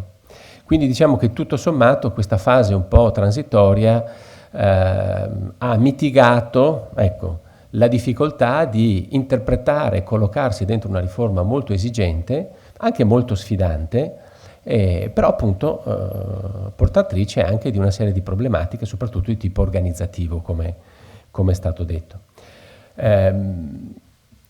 L'altra tematica, che è anche qui allo stesso tempo un aspetto che ha delle potenzialità molto interessanti e positive, ma che è anche un problema, è l'ampiezza della riforma, perché non solo riguarda enti che operano in ambiti molto diversificati. E questo è positivo perché in qualche modo consente di riunire sotto un unico cappello attività che altrimenti in precedenza erano appannaggio di singole forme normate con leggi che si erano stratificate nel tempo e non erano ben coordinate. Ma dall'altra parte riguarda anche tipologie di enti del terzo settore molto diversi. Anche qui è un aspetto positivo, un aspetto negativo.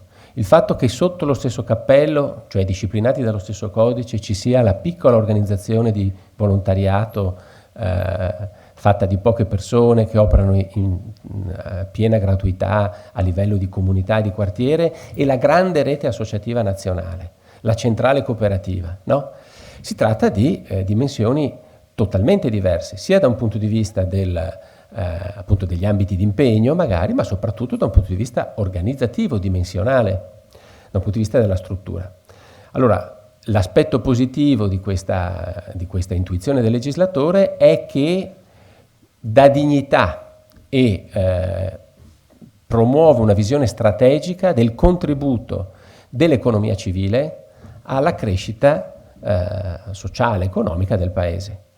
Dall'altra parte però comporta il problema derivante dal fatto che questa disomogeneità poi non viene tenuta in considerazione in maniera adeguata nella riforma, per cui o sei dentro o sei fuori. Sì, c'è una soglia economica di fatturato, che ti obbliga ad avere addirittura un po' di burocrazia in più, utile in termini di regime di controlli interni, quindi l'organismo di controllo, un certo tipo di modalità di redazione del bilancio, però stiamo parlando di realtà che hanno un giro d'affari che supera i 220.000 euro. Quindi al di là di questa soglia, poi nella riforma o sei dentro o sei fuori, non c'è una gradualità. Ecco allora che molto opportunamente questo progetto di legge che è stato illustrato prova, stando dentro la logica della riforma, che vede l'economia civile, il terzo settore come appunto un ambito in qualche modo omogeneo, pur nelle differenziazioni interne, però prova a individuare delle deroghe, che penso, se posso dire la mia in questo senso, che sia anche dal punto di vista tattico, strategico, una intuizione intelligente, perché tentare di mettere mano alla riforma nel suo impianto è probabilmente più complicato. Mentre in questo modo, andando a individuare delle attività specifiche con delle, diciamo, una definizione in termini quantitativi e qualitativi, può essere un modo per integrare la riforma senza in qualche modo promuoverne uno smantellamento, che sarebbe forse velleitario in questo momento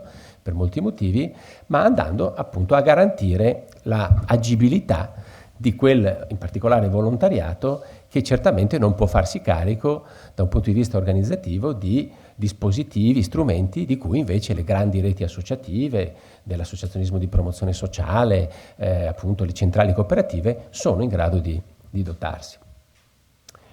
Altro problema è il ritardo appunto nell'attuazione del registro unico, che finalmente è partito, e quindi vedremo un po' anche come si atteggerà in concreto.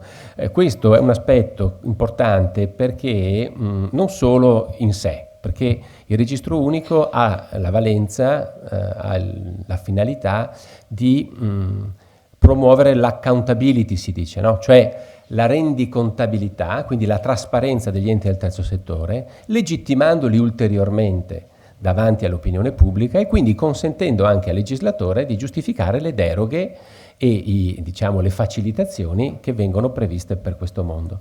Ma c'è anche un elemento indiretto di cui spesso si parla poco, cioè il fatto che le fondazioni di origine bancaria, che sono uno strumento, sono delle istituzioni private, ma che concorrono fortemente sia direttamente attraverso bandi e erogazioni a fondo perduto, sia indirettamente attraverso il sostegno al Fondo Nazionale che sostiene i centri di servizio del volontariato, che sono quelle agenzie di supporto, di accompagnamento e di sviluppo del volontariato sul territorio.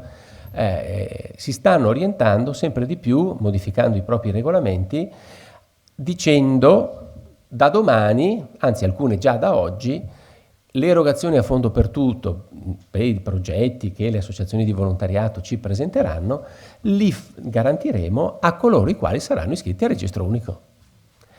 Quindi il registro unico non è soltanto lo strumento, come dire, di accesso alle prerogative, alle facilitazioni, ma anche di accreditamento presso ma anche di accreditamento proprio per quest'ulteriore pezzo, che è un pezzo che su alcuni territori pesa in maniera significativa. Poi sappiamo che c'è un problema anche di disomogeneità, di capacità erogativa sui territori da parte delle fondazioni di origine bancaria, che in parte però è oggetto di una riflessione in termini solidaristici per quei territori magari meno fortunati nell'ambito di quelle che sono le consulte regionali delle fondazioni di origine bancaria. Quindi c'è anche questo aspetto. Altro problema che abbiamo un po' affrontato in questi anni è stato il ritardo, per esempio nel nostro Veneto, nel processo di fusione dei centri di servizi di volontariato. Quindi è un tema che incrocia non solo la funzione specifica dei centri di servizio di supporto e anche di sviluppo del volontariato, ma incrocia anche il tema della rappresentanza. Perché, e non sto parlando di rappresentanza politica, ma di rappresentanza delle istanze di quel volontariato di prossimità, fatto della miriade di piccole associazioni, con cui spesso le Proloquo vengono in contatto, perché abbiamo visto prima come tanta parte delle attività delle Proloquo viene fatta in collaborazione con le altre piccole associazioni del territorio, magari più che con le grandi, diciamo, che appunto spesso fa fatica a trovare una sua rappresentazione, prima ancora che una vera e propria rappresentanza, perché per definizione il volontariato di prossimità è magari il frutto di iniziative addirittura a volte individuali che aggregano un certo numero di persone e che sono molto centrate su una problematica specifica, su un aspetto appunto specifico della vita della comunità, e anche per carenza appunto di organizzazione evidentemente intrinseca fanno fatica a collegarsi, coordinarsi, no? Allora in questo senso ad esempio le Proloquo, per esperienza personale, spesso fungono anche da diciamo aggregatore, da elemento di coordinamento.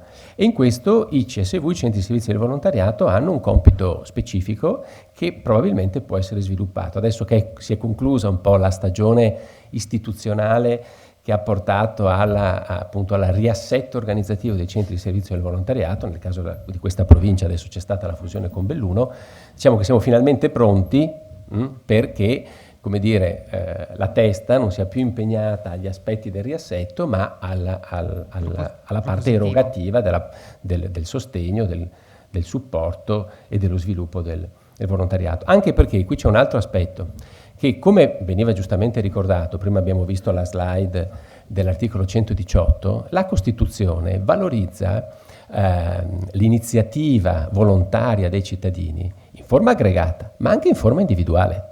E coerentemente con questo, diciamo, dispositivo costituzionale, la riforma del terzo settore valorizza il volontariato individuale.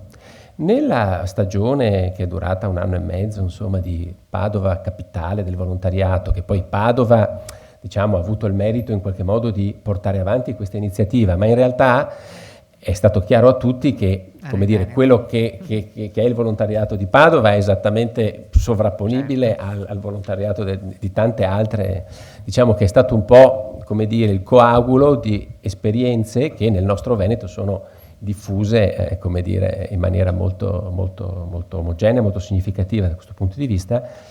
Ha visto, in maniera interessante, l'attivarsi di quasi 2000 volontari che a titolo individuale hanno usato questo contenitore culturale fatto di iniziative di Padova Capitale del Volontariato per mettersi a disposizione, non in forma associata, non in forma aggregata, il che ci fa capire anche un po' come cambiano i tempi. Una volta, diciamo nell'altro secolo, il volontariato era tipicamente associato, spesso anche in modo fortemente ideologico, ideale e ideologico.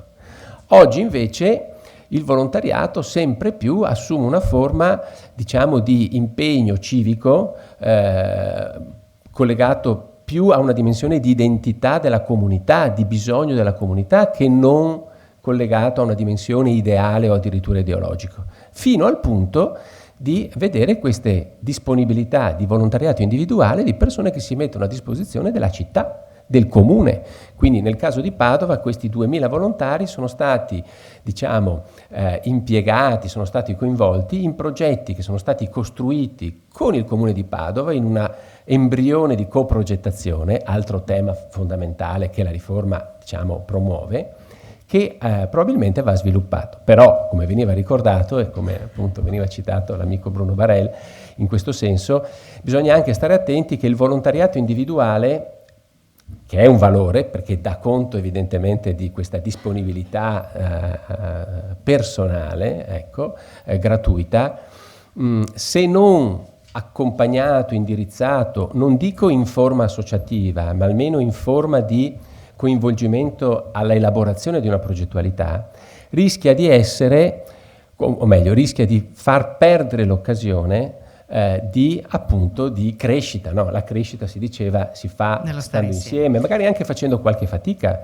e spesso fare associazionismo è fare fatica perché bisogna occuparsi degli aspetti burocratici, degli aspetti organizzativi, però è quell'esercizio, come dire, alla mediazione, al confronto, che se non lo facciamo nelle associazioni rischiamo di non avere tante altre occasioni per farlo, no? Quindi come dire, c'è questo aspetto ambivalente del volontariato individuale come nuova forma, come risorsa, ma anche come rischio, come dire, di un'esperienza che, pur esprimendo un valore, però in qualche modo si ferma lì. E allora qui però c'è una sfida rispetto... Ferrero, siamo alla prima slide? Sì, ma le altre due sono ecco. molto più... Le faccio vedere. Più contenute. Sì, no, sì. perché se la prima si mangia tutto... Vede, no, perché c'ha un cognome dolce, però... Però dice che non sia poi il boccone amaro. Ecco, allora, quindi questo aspetto del volontariato civico, del volontariato individuale, va ben focalizzato e tutto sommato, diciamo la verità, non è stata ancora fatta una riflessione adeguata su questo tema, quindi opportunità che dice anche del nuovo, no? Delle nuove forme, ma anche un po' il rischio che magari poi ci siano anche forme strumentali di utilizzo dei volontari, no? Focalizzate, magari finalizzate solo a rispondere a un bisogno immediato e non invece a promuovere, a consentire un'esperienza di vita che può portare anche ad altri sviluppi. Questo è il primo cambio di paradigma, nel senso che la riforma porta alcuni cambi di paradigma che sono molto significativi. Quindi sono partito dai problemi anche perché anche per non rischiare, in quanto portavoce del forum del terzo settore, di essere magari visto come dire, colui che in qualche modo promuove in maniera acritica la riforma del terzo settore. Quindi problemi sicuramente, alcuni in via di soluzione, altri che devono essere oggetto di riflessione, certamente nuovi paradigmi, e questo anche è di per sé un problema, perché ci impone anche, come dire, un cambio di atteggiamento, anche forse un cambio di, come dire, di strumenti che dobbiamo darci da un punto di vista culturale. Infatti come forum del terzo settore siamo molto impegnati nell'aspetto formativo, naturalmente coadiuvando le grandi reti che fanno parte del nostro mondo, insomma, tra cui anche l'UMPLI, e non è una cosa scontata, proprio su questo fronte, sul fronte formativo, no? Per darci tutti degli strumenti nuovi, anche perché la riforma del terzo settore appunto sta dentro il tema dell'amministrazione condivisa, cioè dell'attuazione concreta di quella sussidiarietà orizzontale che era un po' di anni che avevamo in Costituzione, però era un pochino lì. Allora il codice del terzo settore, articolo 55, dice attenzione che quella cosa, la sussidiarietà orizzontale, non è solo eventuale, accessoria, succede, perché in Italia succede, storicamente è sempre successa e negli ultimi anni è successa ancora di più. No, è proprio un qualche cosa che è necessario, cioè è parte integrante appunto dei fondamentali del nostro ordinamento, dove le comunità, quindi l'espressione del civismo individuale e in particolare associato, viene visto non tanto come quella soluzione da mettere in campo quando c'è da tappare qualche buco, quando c'è un'emergenza, ma viene concepito come una forma di governo, di governance adesso, meglio dire, no? Cioè viene definita proprio dalla Corte Costituzionale, sentenza 131 del 2021, come amministrazione condivisa. Pensate che cambio di paradigma. Pensate dal punto di vista delle pubbliche amministrazioni, anche della cultura e della formazione dei dirigenti, prima ancora che dei politici, no? Delle pubbliche amministrazioni, cosa significa ragionare non in termini di prerogative della pubblica amministrazione che eventualmente chiama, se serve, il volontariato al terzo settore, ma di una visione di amministrazione condivisa dove l'amministrazione pubblica sa che può arrivare fino a un certo punto, per tutta una serie di motivazioni, diciamo che sarebbe lungo esporre, ha bisogno del terzo settore, del volontariato, non perché ne ha bisogno, ma perché è opportuno, perché il volontariato del terzo settore aiuta a colmare la distanza rispetto ai nuovi bisogni. È stato ben fatto vedere prima con quale rapidità le pro loco hanno cambiato pelle, hanno capito che c'era un bisogno nuovo e si sono attivate probabilmente anche più velocemente dei servizi sociali che hanno una dinamica, diciamo, organizzativa ovviamente più vincolata e più strutturata, che necessita, come dire, dei passaggi molto più appunto meno rapidi. Quindi il tema dell'amministrazione condivisa è un grande tema che oggi è diventato ineludibile, sia perché c'è un tema di spesa, di risorse, ma anche perché appunto già da molto tempo le pubbliche amministrazioni hanno, diciamo, appaltato parte dell'erogazione dei servizi pubblici, pensiamo al welfare, e quindi hanno anche un po' perso in alcuni casi la capacità della lettura dei bisogni, per cui il privato sociale è diventato inevitabilmente fondamentale anche per dare questi elementi di conoscenza alla pubblica amministrazione. Ecco che allora si parla di coprogettazione e addirittura di coprogrammazione. Naturalmente non è solo un principio costituzionale, non è solo una norma, un articolo, anzi due, del codice del terzo settore, ma finalmente ci sono anche le linee guida del Ministero del Lavoro e della solidarietà sociale che ci danno anche proprio la procedimentalizzazione, per cui oggi ne stiamo facendo oggetto di formazione con l'ANCI già da un paio d'anni. Oggi diciamo che non c'è più l'alibi, no? Per dire ma per non sbagliarci facciamo la gara perché così la Corte dei Conti non arriva. No, dobbiamo stare attenti perché forse potrebbe arrivare invece la Corte dei Conti un domani a dirci ma scusa, perché hai fatto la gara mettendo al massimo ribasso quando invece questo è un ente del terzo settore iscritto al registro unico con cui avresti potuto fare la coprogettazione e quindi portare valore aggiunto da un punto di vista proprio, come dire, dell'innovazione sociale, della rete, no? Tutti quegli elementi che anche nella teoria dei servizi del welfare, per esempio, sono coessenziali all'efficacia dell'intervento. Terza slide. Sfide. Primo capitolo l'ho già esaurito. Nuovo civismo, appunto, va sostenuto incanalato. Abbiamo detto questa questione interessante del volontariato individuale. Qui le pro loco possono avere un ruolo veramente pilota, apripista. Perché? Perché tipicamente, l'abbiamo visto appunto a Padova, città del volontariato, nell'anno e mezzo di impegno, tipicamente il volontariato individuale si mette a disposizione di quel soggetto, di quella istituzione che viene percepita come la più vicina, che evidentemente è il comune, no? Quindi, come dire, le pro loco che rispetto alla comunità territoriale, all'amministrazione comunale, quasi sempre sono la realtà più, diciamo, più dialogante, no? Prima l'assessore Caner parlava di quasi di enti strumentali, no? Ecco, probabilmente possono essere quell'occasione, come già sono in molti casi, di incanalare questo tipo di disponibilità. Ultimo ma non ultimo? Ultimo ma non ultimo, sì. Il tema dell'infrastrutturazione, cioè la riforma, diciamocelo, è stata formulata come ipotesi e come politica, non avendo in mente probabilmente il nostro modello veneto, forse avendo in mente altri modelli regionali, quello emiliano-romagnolo, quello lombardo, dove, come dire, c'è una maggiore prevalenza di reti molto aggregate. Pensiamo anche alla cooperazione sociale, quindi usciamo un attimo dal volontariato, ma pensiamo alla cooperazione sociale. La cooperazione sociale veneta è molto legata alle comunità territoriali.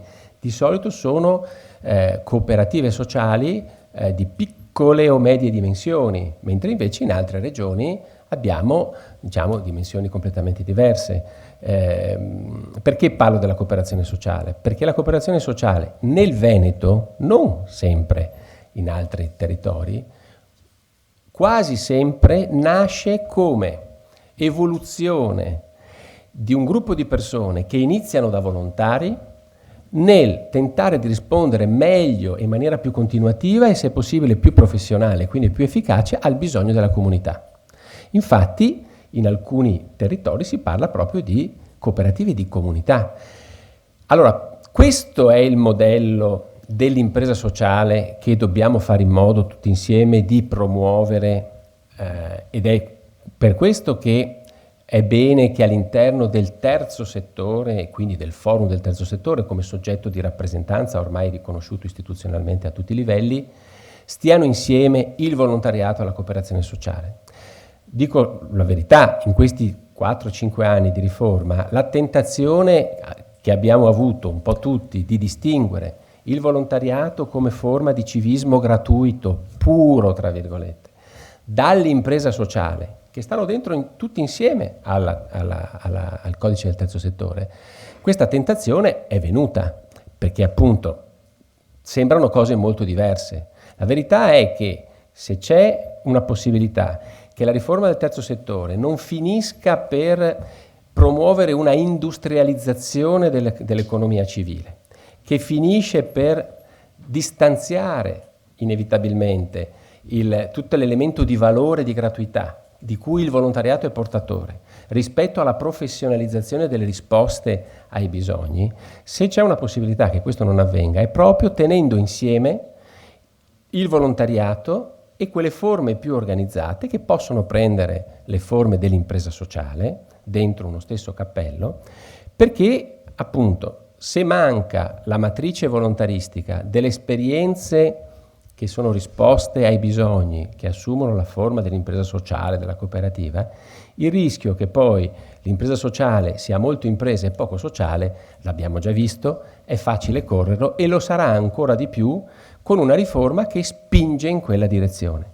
Quindi in questo senso credo che la realtà del Veneto faccia bene nelle sue varie forme, anche appunto della politica rappresentativa attraverso proposte di legge che riportano un po' l'attenzione a questa dimensione, a non essere autoreferenziale anche a livello nazionale, perché l'esperienza veneta è una di quelle che può aiutare tutta la riforma a livello nazionale a mantenere questa connessione che è indispensabile appunto per fare in modo che l'economia civile, il terzo settore, sia una risposta fatta di tanti strumenti, ma che, non perda quella matrice valoriale, personale e quindi, anche di senso che poi l'articolo 118 della Costituzione ci propone, ci codifica e a cui ci chiama a questa sfida, insomma. Ferrero.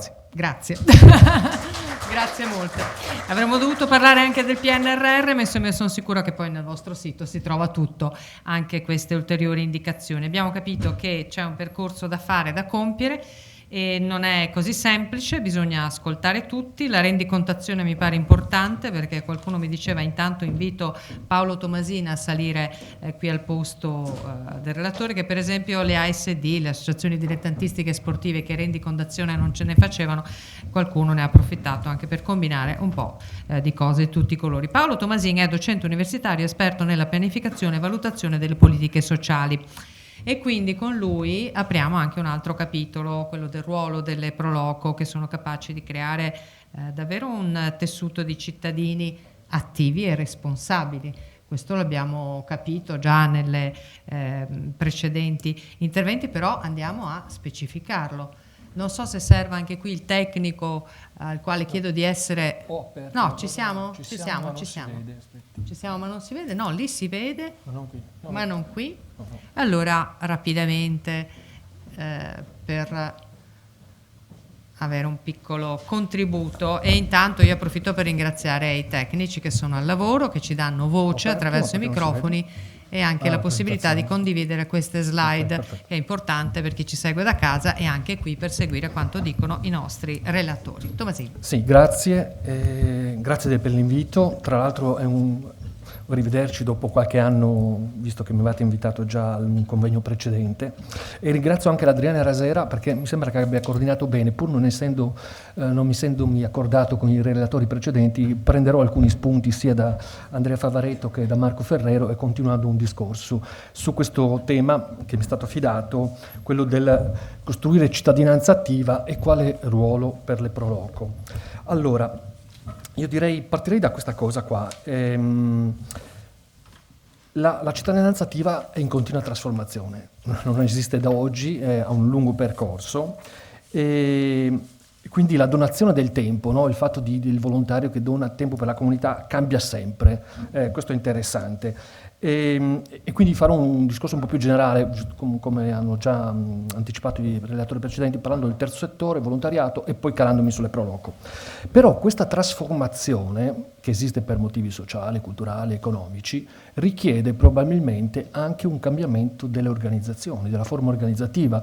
Questa cosa che diceva Ferrero prima del volontariato individuale la riprenderò, perché richiede probabilmente a tutti gli enti del terzo settore, incluse le Proloco, di attivarsi qualche cambiamento per intercettare nuove risorse, nuove potenzialità. Quindi partirei da questo. Come vi dicevo, veramente è lunga la storia della solidarietà del volontariato. Vi consiglio questo bel libro che fa la storia del volontariato in Veneto, partendo dal Medioevo, no? Quando i valori religiosi erano importanti, quindi la carità, l'attenzione al povero, no? Per esempio dagli umiliati. Oggi siamo in questa riforma del terzo settore che è già stata illustrata, non mi addentro più di tanto, però stiamo attenti che probabilmente dentro il RUNS non ci andranno tutti, e quindi ci sarà molte organizzazioni, piccoli gruppi che rimarranno fuori, che magari sono da intercettare nei piccoli comuni, e soprattutto l'idea che il domani della cittadinanza attiva dipende da noi, da come la stiamo costruendo oggi, e quindi è molto interessante. E oggi che cosa avviene? No? Io vedo questo. Da una parte ci sono, anche alla luce della pandemia, delle crisi, no? Queste lamentele, le ho viste nei giornali, ma ce ne potremmo raccogliere a migliaia. Alcune organizzazioni dicono questo: la mancanza di volontari mette a rischio la festa patronale di San Michele Arcangelo, piuttosto che a Cesena la festa dell'unità per mancanza di volontari, la Caritas Emporio e i centri di ascolto chiusi per mancanza di volontari. No? C'era tutto questo elemento negli ultimi 2 anni, no? Delle difficoltà che hanno molte enti del terzo settore, immagino anche voi del Proloco, visto che non si potevano fare più alcune cose, feste, sagre e altre attività, ma vi siete anche dalla presentazione anche cambiato veste, è molto, molto interessante questa flessibilità, questa capacità. Però d'altra parte io vedo anche un'altra cosa, vedo alcune organizzazioni che dicono il contrario. Guardiamo questo, no? I nostri volontari nell'ultimo periodo sono raddoppiati negli ultimi 10 anni, no? E qui c'è l'esempio della Caritas italiana, che invece vede un incremento di volontariato, ma non solo. È stato parlato di CSV, qui il CSV praticamente della Toscana passa all'azione, quelli che hanno più di 50 anni fanno bene, quindi un'attivazione di tutte le persone oltre cinquantenni. Quindi ci sono organizzazioni che in questo periodo di crisi, diciamolo, alcuni, pensate, avevano cominciato a parlare già qualche anno fa di recessione civica, nel senso le crisi economiche, alle volte e anche qualche disastro, provocano addirittura una riduzione della disponibilità del volontariato. No? Però in questo momento c'è chi in qualche modo forse sa innovarsi, un pochino l'abbiamo visto anche delle Proloco, e quindi riescono ad attrarre, a catturare. Però al di là di queste impressioni qualitative, andiamo a vedere i numeri, sto un pochino aggiornando quelli che ha presentato prima Andrea Favaretto, perché sono andato a recuperare i dati del BES. Il BES è stato detto all'inizio dal presidente della BCC, no? Che è un indicatore di civiltà. Ecco, oltre al PIL, annualmente lo Stato produce il BES, che significa benessere equo e solidale. Tra questi indicatori, è un indice sintetico, cioè, tra questi indicatori c'è anche l'attività di volontariato. E quindi sono andato a vedermi i dati, e fino al 2021, quindi sono freschi, come vedete questa è l'onda, persone di 14 anni e più che negli ultimi 12 mesi hanno svolto attività gratuita per associazioni o gruppi di volontariato, sul totale delle persone 14 anni in più, questo a livello nazionale.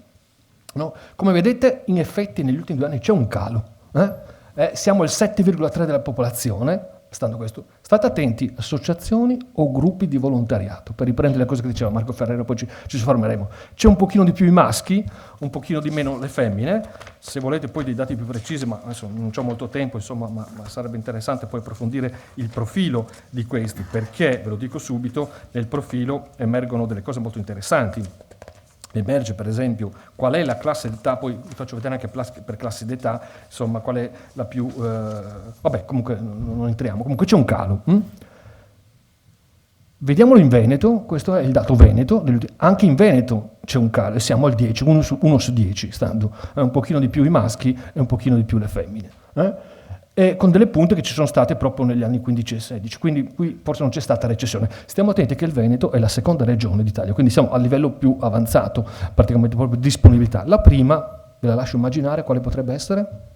Trentino Alto Adige, Bolzano. Interessante, no? Collegato alla questione economica, dove c'è più ricchezza c'è anche più disponibilità praticamente a donare tempo per gli altri. Comunque c'è un calo, quindi i dati effettivamente registrano questa cosa negli ultimi tempi. Vado a vedere anche, perché un'altra lamentela che sento, anzi le 3 lamentele sono queste, tutte le associazioni.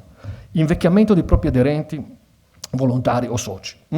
Difficoltà di attrarre nuovi volontari, quindi della mancanza di volontari giovani, no? Nelle fasce giovanili, ricambio generazionale delle figure apicali o che hanno la responsabilità. Nessuno vuole più prendersi la responsabilità dell'associazione. Poi abbiamo visto anche l'appesantimento burocratico con queste cose. Andiamo a vedere un pochino i giovani a livello nazionale. E anche qui, praticamente, c'è un calo negli ultimi tempi. Lo vedete soprattutto nella fascia 14-19, che insomma era una fascia media tra i giovani, come vedete qui, fino ai 34 anni considerati, ma c'è un calo anche dei 20enni, 24enni. Non riesco a capire perché, non ho letto nessuna spiegazione di un incremento dei 25-34. Comunque questo è un contro interessante, no? Fanno amicizia, può essere, sono appena finito l'università, si iniziano il mondo del lavoro, insomma, perché ci riesce.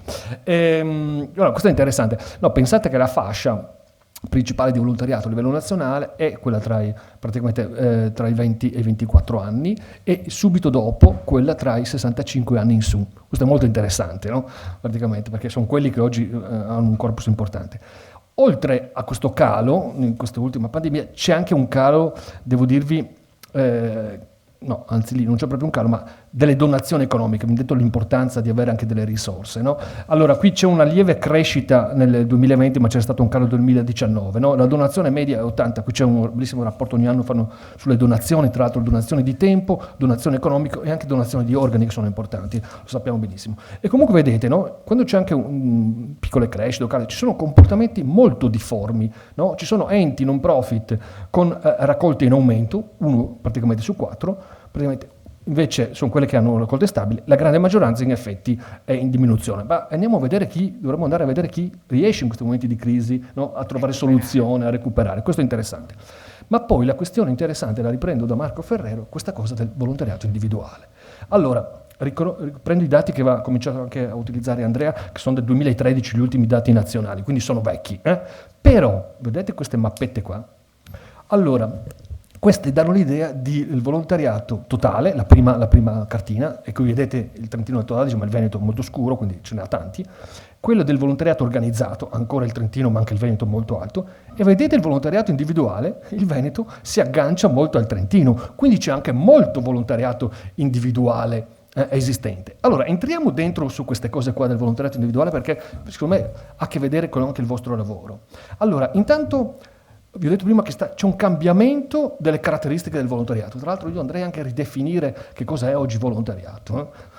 Sarebbe da scavare un attimino, poi lo capirete meglio delle cose che vi dirò dopo. Allora, intanto oggi, questo volontariato individuale oggi è temporaneo, episodico, parli gli studiosi, no? Liquido, individuale, quindi alle volte magari qualcuno anche fa parte di più associazione, ma mi soffermerei sulla parte dell'episodico, liquido, individuale. Non si vuole responsabilità. Quindi c'è disponibilità ad offrire del tempo, ma quando lo dico io, quando mi conviene, per un tempo discreto, e praticamente non fatemi partecipare ad assemblee, ad associazioni, altre cose. Questo è un problema praticamente, no? Se si cresce insieme, praticamente, no? O i corpi intermedi, che tu hai detto che hai fatto una critica, però insomma queste organizzazioni intermedie sono importanti. Però c'è questa cosa che fa parte di una cultura molto individualistica che sta crescendo nella nostra società, che però ci blocca la costruzione della comunità. Quando vedete una videocamera in una piazza di un paesino di montagna, vuol dire che lì difficilmente c'è più comunità, non c'è più la comunità di una volta. Questa è una roba, ma anche quando al distributore di benzina, quando c'è la videocamera, perché vuol dire che attraverso la videocamera io ricreo la fiducia che una volta c'era, e c'è bisogno di questi dispositivi tecnologici. Ma l'altra cosa è il volontariato, soprattutto dei giovani, oggi è molto connesso al divertimento, al piacere. Sì, tu Ferrero hai sottolineato la roba di far fatica, vabbè, però dobbiamo invece unire, perché non si può fare volontariato divertendosi e in modo praticamente anche leggero, no? Vi dico questo perché alcune organizzazioni riescono a attrarre i giovani, perché magari anche l'Avis facendo gli aperitivi con i giovani la sera, piuttosto che altre questioni, no? Allora certo è impegno, ma impegno anche di divertente. Io ho visto moltissimi giovani che sono disposti, tu ricordavi 2000 lì a Padova, ma altri che sono disposti a dare una mano alle sagre, alle cose, però devono divertirsi nello stesso momento. Tra l'altro che anche gli adulti o gli anziani non si divertono nel fare volontariato, questo è tutto da dire. Io notavo che quando ho portato mio papà a fare nei centri vaccini, praticamente in un posto del Friuli, c'erano ovviamente c'erano gli alpini con la protezione civile che infatti estradavano le persone, un lavoro immenso che orientavano, altrimenti avrebbero avuto difficoltà ai centri vaccinali. Ebbene, ma li sentivo parlare, si sarebbero rivisti dopo per un aperitivo, una cena, cioè era un momento di convivialità, ma deve essere così, cioè il volontariato non è pesantezza, è leggerezza e partecipare poi della vita quotidiana. E stiamo attenti, poi c'è un'altra sfida di un volontariato a distanza, la dematerializzazione dell'aiuto. Si può aiutare le persone anche a distanza, no? Tutti praticamente i centri telefonici anche di ascolto durante la pandemia, se non ci fossero stati sarebbe stato veramente un guaio, quindi è importante e teniamone conto anche di questo. Vado veloce e poi guardiamo le ramificazioni oggi che ha il volontariato. Ok, certo, negli enti del terzo settore, non solo organizzazioni, APS o gruppi informali, Ma per esempio questa cosa è stata ricordata, individuali delle persone che si mettono a disposizione del comune anche durante la pandemia. Tu ricordavi appunto Padova, io ho raccolto per conto del Ministero, abbiamo fatto una ricerca durante la pandemia, 600 cittadini si sono presentati al comune di Bari per dire sono disposto a fare qualcosa in questo momento della pandemia, ma non farmi partecipare a alcuna associazione, dammi la copertura assicurativa e lavoro per il comune, creando problemi al comune che non aveva mai gestito 600 volontari in questo momento qua, no? Oppure sta nascendo l'altra cosa spinta molto dall'ABSUS, il laboratorio di sussidiarietà di Bologna, no? Quelli di patti di collaborazione tra cittadini che non diventano associazione, ma il comune fa un regolamento praticamente dell'amministrazione condivisa, ce ne sono 270 in Italia, 12 controllato anche in Veneto, 12 comuni, quasi tutti i capoluoghi di provincia e altri più piccoli, che si mettono a disposizione per i beni comuni. Poi penso che ci sarà un intervento su questa cosa, quindi non entro su questo. Ma ci sono volontari anche nella pubblica amministrazione e guardate anche nelle imprese. Oggi si parla di volontariato aziendale, alcune società che mettono a disposizione il proprio personale per fare volontariato negli ETS, addirittura alcune società benefit, sapete sono entrate nel nostro ordinamento giuridico nel 2015, mettono a disposizione, distaccano personale con competenze come faceva Olivetti praticamente negli anni 50 a disposizione di organizzazioni del terzo settore. Questo è molto interessante, no? E quindi ci dobbiamo chiedere, questo volontariato da nessuna o pluriappartenenza?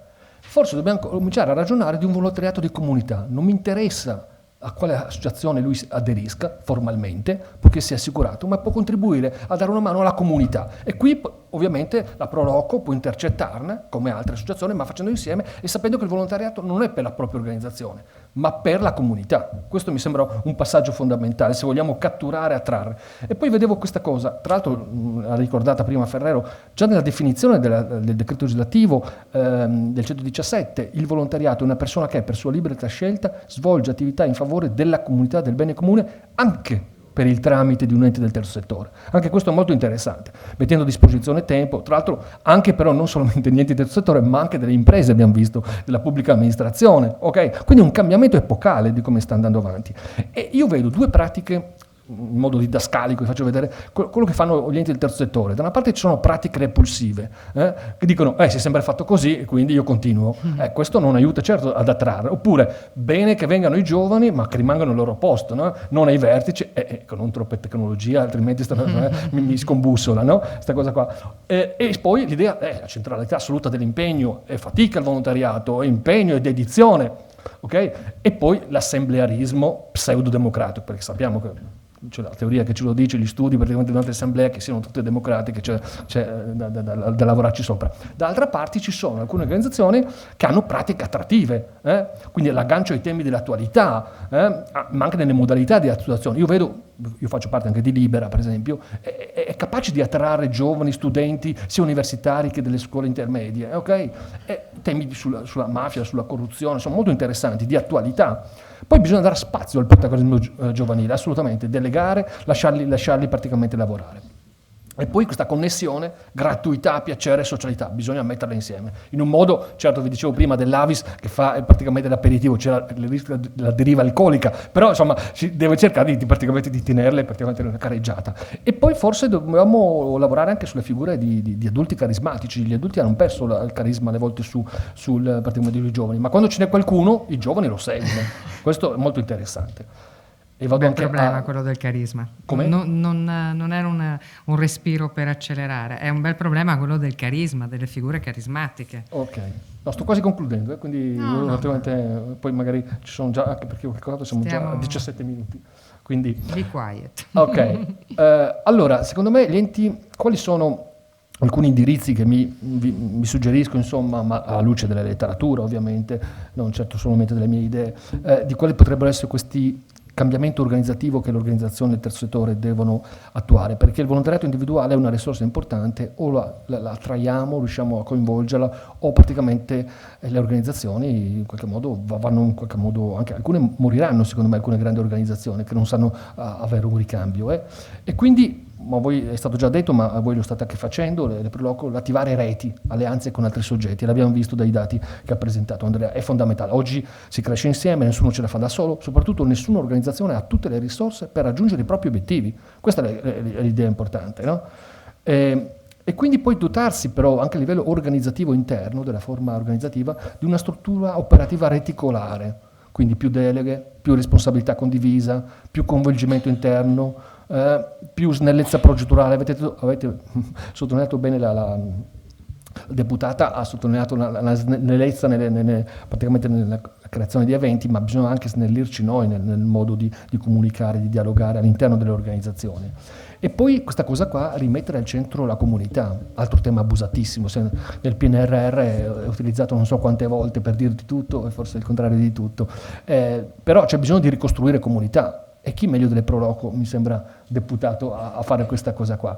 E poi un'altra cosa, come da anni si sta lavorando molto sul fundraising, quindi sul recupero, dotarsi di risorse, forse dovremmo anche accaparrarci a utilizzare alcuni strumenti di people raising, di come far sì di coinvolgere le persone. Anche questo mi sembra con gli strumenti tecnici. Quindi, e chiudo,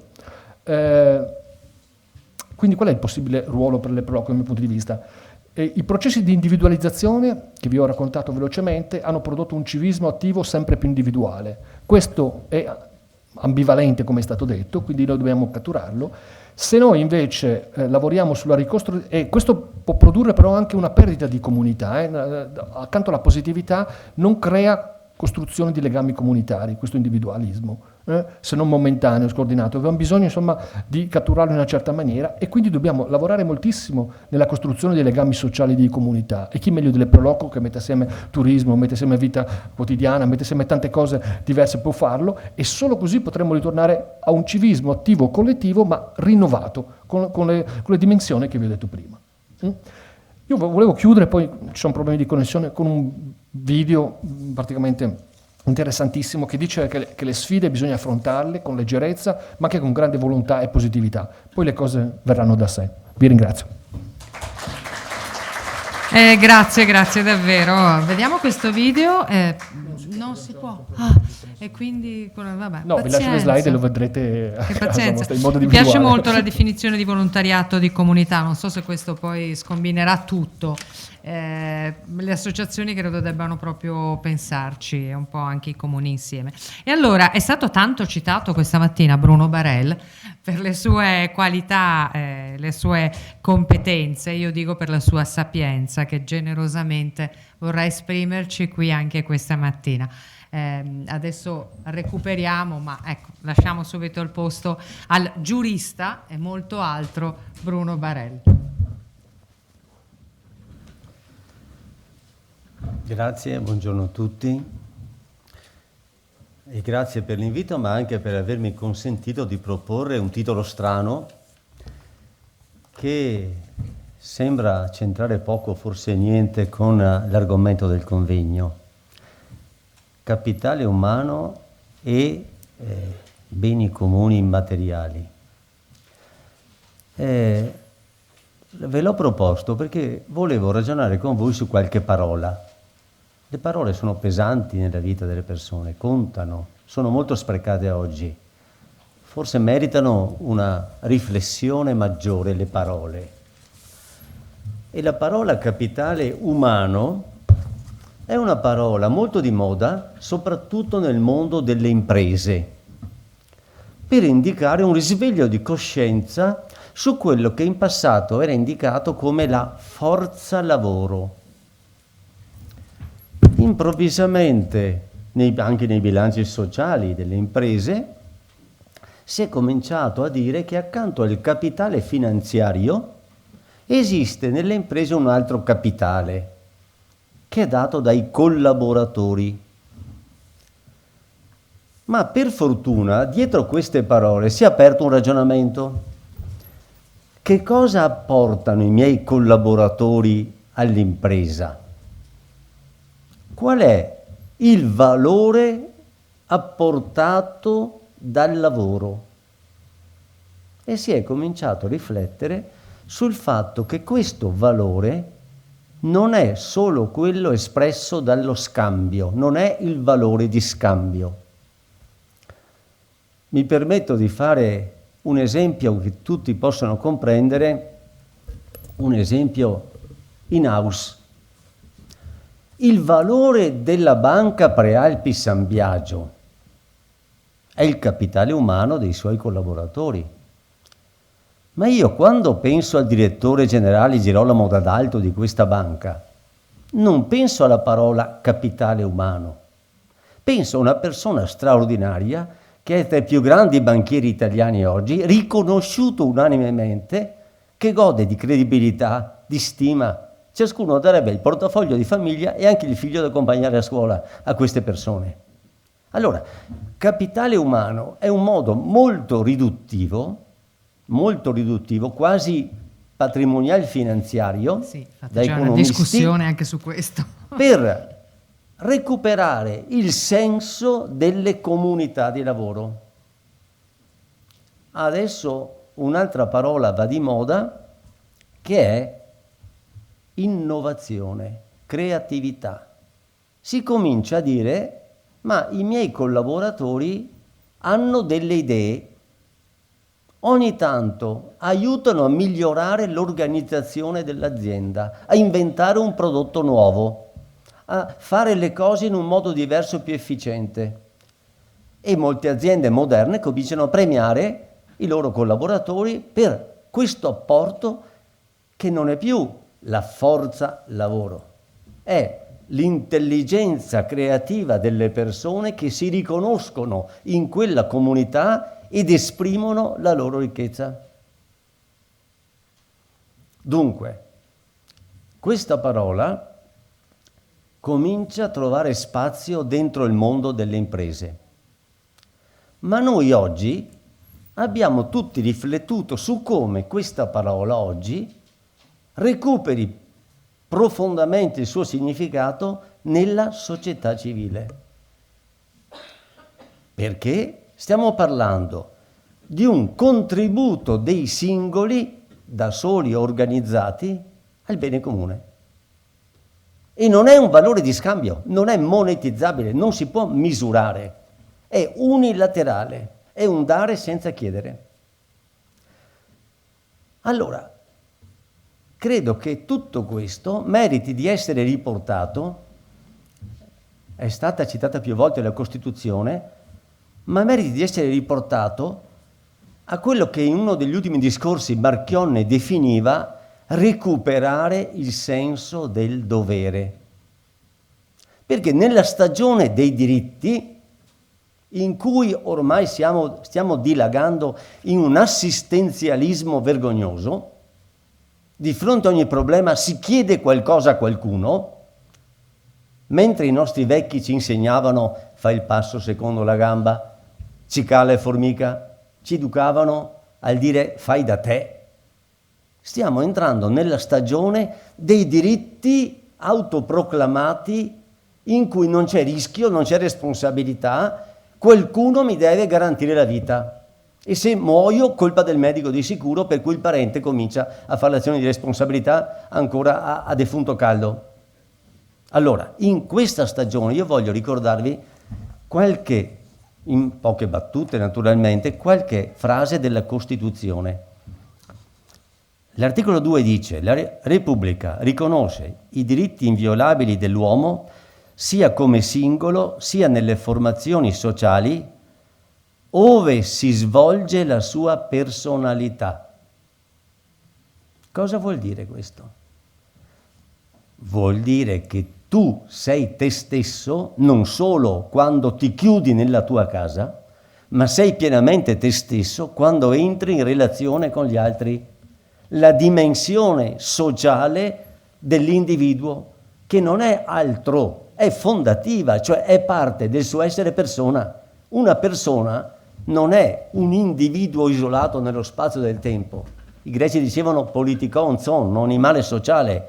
Nasci per le relazioni, riesci a esprimerti nel dare e avere delle relazioni sociali, che è il contrario esatto di quello che è successo ai nostri poveri ragazzi con la DAD, dove hanno perso queste relazioni. E vi capita mai di andare al ristorante e vedere una bella coppia, tutti e due con gli occhi sul telefonino, che non si guardano e non si parlano? Abbiamo i segnali intorno a noi di cosa vuol dire perdere le relazioni sociali. Ma l'articolo 2 della Costituzione aggiunge nello stesso articolo: la Repubblica richiede l'adempimento dei doveri inderogabili di solidarietà politica, economica e sociale.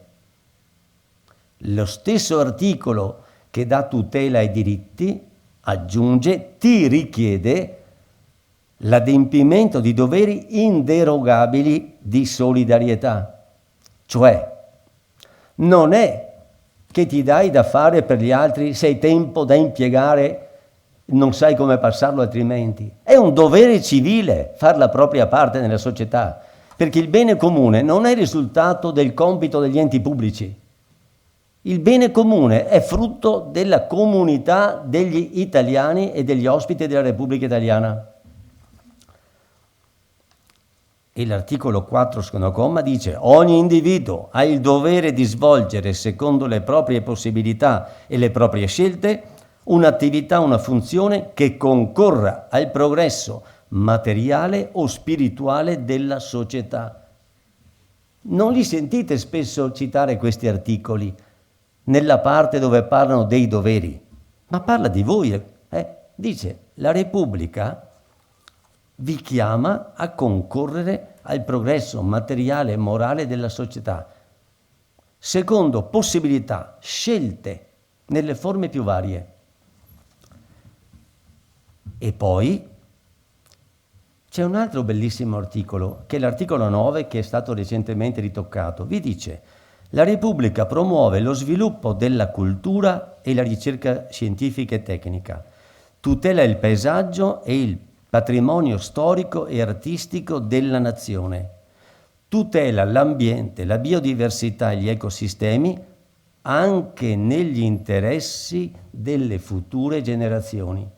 Vi domando, quando qui c'è scritto, si legge Repubblica, chi intendono? Dove andiamo a cercarla la signora Repubblica? La Costituzione dice: tu sei Repubblica. Tu non deleghi agli enti pubblici la tutela del bene comune. Gli enti pubblici hanno dei compiti specifici, ogni individuo come parte costitutiva della Repubblica ha dei compiti di portata generale. Allora, il capitale umano è la ricchezza dei singoli nella loro dimensione sociale, nell'impresa e fuori dall'impresa, che non è solo una facoltà, se ho voglia e se ho tempo, è un dovere verso la Repubblica, ti rende cittadino vero, attivo. Allora, in questa prospettiva, io dico che il volontariato fa parte della stagione, non dei diritti, della stagione dei doveri, è senso di responsabilità. E assume tantissime forme, dalle forme dell'apporto individuale alle forme dell'apporto collettivo, associativo, nelle quali si esprime compiutamente la ricchezza della personalità dei singoli. E qui, allora, torna il tema di fondo dei beni comuni. Secondo il principio di sussidiarietà, non c'è un addetto ai beni comuni. I beni comuni, le commons, come li chiamano le common law, ormai sono nel patrimonio culturale internazionale e rappresentano quei valori materiali o intangibili che fanno l'identità, la cultura, i valori di un territorio, di una comunità, un'eredità culturale che è fatta non soltanto di cose e monumenti. E su questo c'è una convenzione del 2003 dell'UNESCO che dice una cosa che è bene ricordare qui dove si parla delle colline patrimonio dell'UNESCO, perché quelle colline non sono cose, sono l'immagine di una storia, di una fatica, di una sofferenza, l'immagine esteriore, ma dietro quelle colline ripide, io penso sempre alla signora Pina che era qui durante l'occupazione della Prima Guerra Mondiale, che mi raccontava che mangiavano erba per sopravvivere, e da quella fatica, da quella miseria sono nate le colline terrazzate. Allora, dice questa convenzione, Il patrimonio immateriale comprende le prassi, le rappresentazioni, le espressioni, le conoscenze, il know-how, come pure gli strumenti, oggetti e manufatti e spazi culturali associati agli stessi, che le comunità, i gruppi e in alcuni casi gli individui riconoscono in quanto parte del loro patrimonio culturale. Questo patrimonio culturale immateriale, trasmesso di generazione in generazione, è costantemente ricreato dalla comunità e dai gruppi, in risposta all'ambiente, alla loro interazione con la natura e la loro storia, e da loro un senso di identità e di continuità, promuovendo in tal modo il rispetto per la diversità culturale e la creatività umana. Dunque, i beni comuni non sono solo quelli che vediamo, sono la memoria dei luoghi, la fatica delle persone, che spesso torna nei muretti a secco, torna nelle case coi sassi di pietra portati lì a mano con la carriola, torna nelle cose, ma sta dietro le cose. Ed è la nostra storia, la storia di chi ha fatto fatica per portare la Repubblica fin qua. E dunque allora, e concludo, ben venga oggi l'attenzione alle forme organizzative, ben venga una regolazione più attenta. Io ho sofferto la vicenda del mulinetto della Croda, voglio qua ricordare quelle povere persone che hanno perso la vita per fare volontariato. Io conosco gli atti di quei processi e so bene che la giustizia è cieca, che in quei casi cerca un capro espiatorio in chi non ha timbrato una carta, e quindi dobbiamo stare 3 volte attenti nella normativa, perché poi il giudice penale non va a guardare le forme organizzative, va a cercare qualcuno che poteva forse aver fatto qualcosa di diverso in base a una conseguenzialità virtuale, quello che io chiamo la giustizia col senno del poi, no? Però chi si trova lì vive una stagione di grande sofferenza quando addirittura non perde la vita. Quindi benissimo intervenire sulla parte normativa, ma mi pare molto più importante, o meglio, non meno importante, riflettere sui fondamentali, perché in questo momento in cui dilaga la cultura dei diritti, io rivendico la cultura dei doveri. Grazie.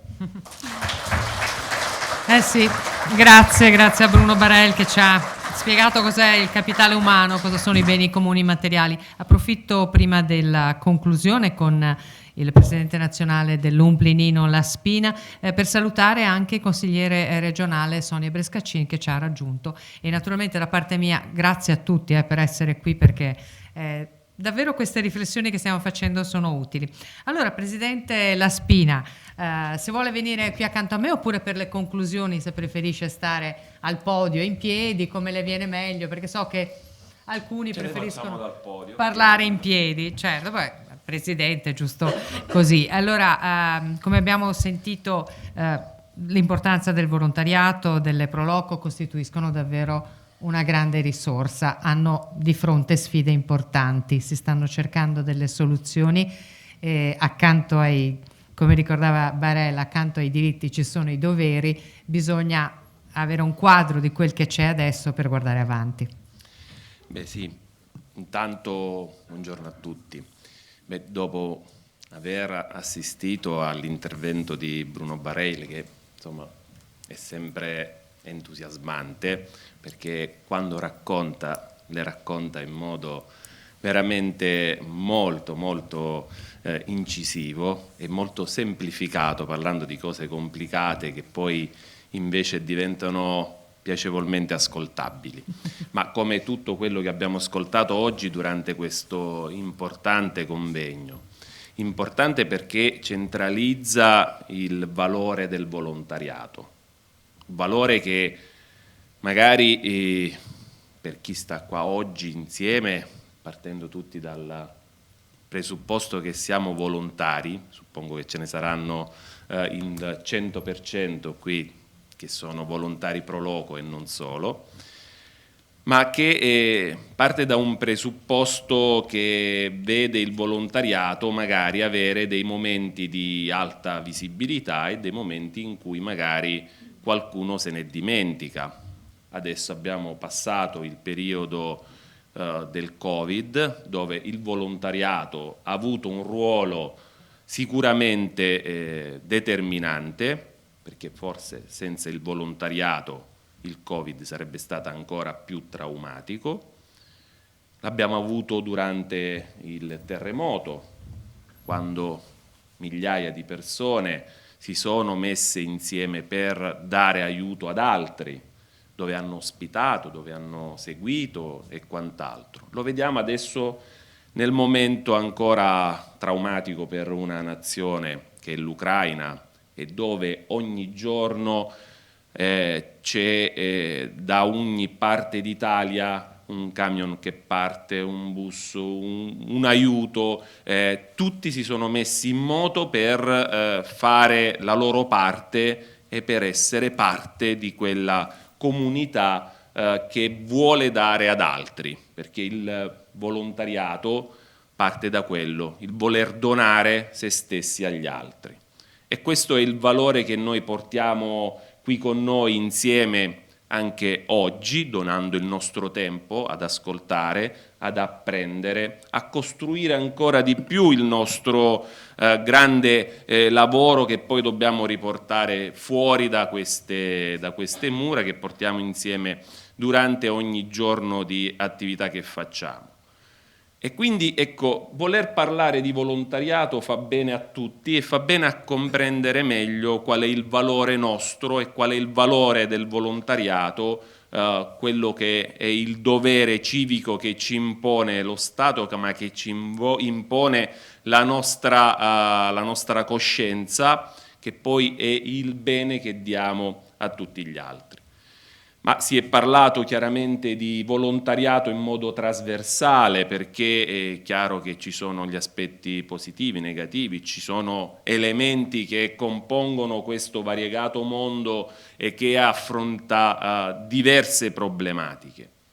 E su questo effettivamente si è parlato tanto, si sono messi sicuramente tanti tasselli importanti, tanti tasselli per affrontare anche in modo corretto, credo, il nostro ruolo di volontari individuali, ma nel caso specifico nostro di volontari organizzati e organizzati a tutti i livelli. Partiamo appunto dalla riforma del terzo settore, dalla famosa legge 117, che in molti casi ha fatto paura a tanti, che impone magari sicuramente una riflessione che magari viene vissuta per qualcuno come un grande ostacolo alla nostra crescita. Però ecco, qui sono emersi molti elementi che debbono farci riflettere su come affrontare la vita, perché poi è quello che facciamo tutti i giorni, quindi non si capisce perché per affrontare la riforma del terzo settore ci dobbiamo preoccupare, la dobbiamo affrontare pensando che sia un nemico, quando invece pensiamo a un evento nella nostra comunità, dove lì sì, forse abbiamo qualche nemico e su cui io sono qui pronto, ma lo abbiamo fatto dal primo momento, e mi riferisco alla norma sulla sicurezza. Su quello sì è un nemico non tanto per gli elementi che chiaramente lo vanno a codificare e a realizzare nel suo contesto, perché nessuno può qua mettere in dubbio i criteri che hanno portato e che comunque debbono stare in modo proprio implicito nell'organizzazione di ogni evento, no? Cioè non possiamo pensare o non pensare ai rischi che si corrono quando si organizza un evento, anche perché purtroppo, come sempre accade, ecco, ne sappiamo qualcosa, e qui abbiamo il nostro caro presidente di Reflontolo che l'ha vissuto sulla propria pelle. Allora, gli amministratori, il presidente poi è chi ne risponde in prima persona, quindi chi più di chi organizza, chi più del presidente, chi più di chi ci opera voglia tenere presente la sicurezza di tutto, chi penso arrivata a fine serata quando è finito tutto non ha quel respiro di sollievo e quel vabbè è andato tutto a posto, benissimo, abbracciamoci, è finita. Ecco, quindi non credo che ci possa essere da parte di nessuno il dubbio su quello che devono essere i criteri di sicurezza. Altra cosa è invece dire questo non si può fare, questo non si può fare, questo non si può fare, questo non si può fare, questo lo dovete fare così. E allora uno poi comincia a dire ma che cosa dobbiamo fare? Ditecelo, così noi magari anziché fare un evento come la primavera del Prosecco che richiama 300.000 persone, magari ci facciamo la briscola in casa. Ecco, questo è il ragionamento. Allora lì io sono pronto a fare tutto quello che è possibile. Ringrazio la onorevole Mellere per il suo supporto, per la sua iniziativa concreta, così come ringrazio l'onorevole senatore De Poli per l'altra proposta che è stata presentata al Senato e che tra l'altro, ecco, ne ho parlato anche prima, non vanno sicuramente in conflitto, perché uno è una norma che disciplina il ruolo delle Proloco e gli eventi delle Proloco, l'altra è una riforma della sicurezza, quindi sono due aspetti diversi che partono tutte e due dalla stessa indicazione. Una è partita pre-Covid e quindi con un problema dove era impossibile andare a toccare la normativa perché c'era stato già assolutamente vietato, l'altra parte oggi dove è assolutamente indispensabile essere a supporto delle comunità per aiutare la ripartenza e non per essere un veicolo di blocco per questi eventi. Quindi da questo punto di vista ritengo che oggi tutto questo vada affrontato nei modi opportuni. Mi auguro che il percorso legislativo possa essere un po' più celere di quello che magari tutti ci preoccupiamo che sarà, purtroppo, ecco, perché da questo punto di vista non possiamo non conoscere i nostri polli e quindi sappiamo, però ecco, pensiamo anche che si possano fare azioni concrete in tempi concreti, perché questo secondo me è un elemento importante, anche se anche su questo, insomma, non ci siamo fermati. Abbiamo nel momento della messa in funzione della normativa ci siamo un po' fermati, abbiamo annullato 2019, abbiamo annullato circa 1800 eventi in un mese, però poi abbiamo ripreso, le piazze sono state tutte gremite. Nel 2019 in ogni caso avevamo 110.000 eventi organizzati, quindi non è che ci siamo fermati, non ci siamo fermati nemmeno durante la pandemia, perché anche durante la pandemia io ricevevo 10 telefonate al giorno nel momento in cui era possibile poter operare, ma io voglio organizzare, ma dobbiamo fare, perché il nostro era quello di poter animare e ieri come oggi è fondamentale animare le comunità perché siamo stufi, scusateci, ma non ne possiamo più di vedere di disgrazie, morti nella televisione. Dovremmo un pochettino bloccare perché tutti i giorni, l'Ucraina sicuramente è sotto assedio, il mondo è stato sotto assedio dalla pandemia, però purtroppo noi siamo bombardati tutti i giorni da notizie negative, da uccisioni, non se ne può più, abbiamo bisogno un po' più di leggerezza, e allora che ben vengano le notizie utili, le notizie positive, le notizie che possono magari fare quel lavoro magari di richiamo, ok?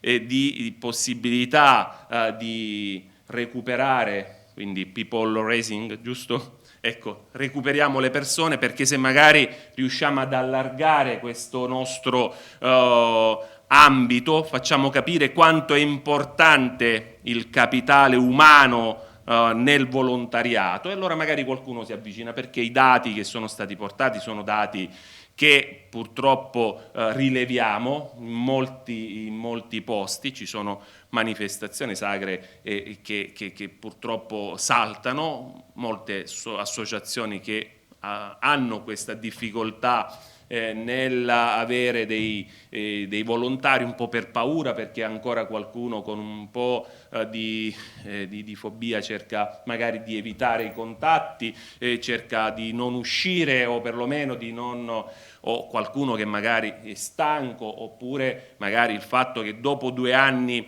di un po' alcune cose si sono perse, no? Quella convivialità, ecco. Quindi questi aspetti sicuramente ci stanno, ma allora cerchiamo di dare anche fiducia attraverso, e lo dico alla nostra carissima moderatrice, che oggi ho apprezzato per il suo intervento qui veramente straordinario, quindi mi auguro anche che possa farsi da veicolo per dare dei segnali. Io l'ho detto a tutti i livelli, diamo uno spazio a quello che sono le buone notizie, perché credo che le persone abbiano bisogno di sentire ogni tanto anche buone notizie, perché purtroppo nella programmazione è rilegato così al lumicino, no? Quindi magari sentiamo 27 omicidi e poi magari una notizia importante per quello che fanno migliaia e milioni di volontariato, ma lo diceva bene, ecco, doniamo tutto il volontariato, 126 milioni di ore, le Prologo ne facciano 25 milioni, 20 milioni, non lo so quanto doniamo agli altri, ma penso che sia un dato assolutamente importante, di cui credo che tutti qui dobbiamo essere orgogliosi, no? Perché è quello che doniamo noi allo Stato.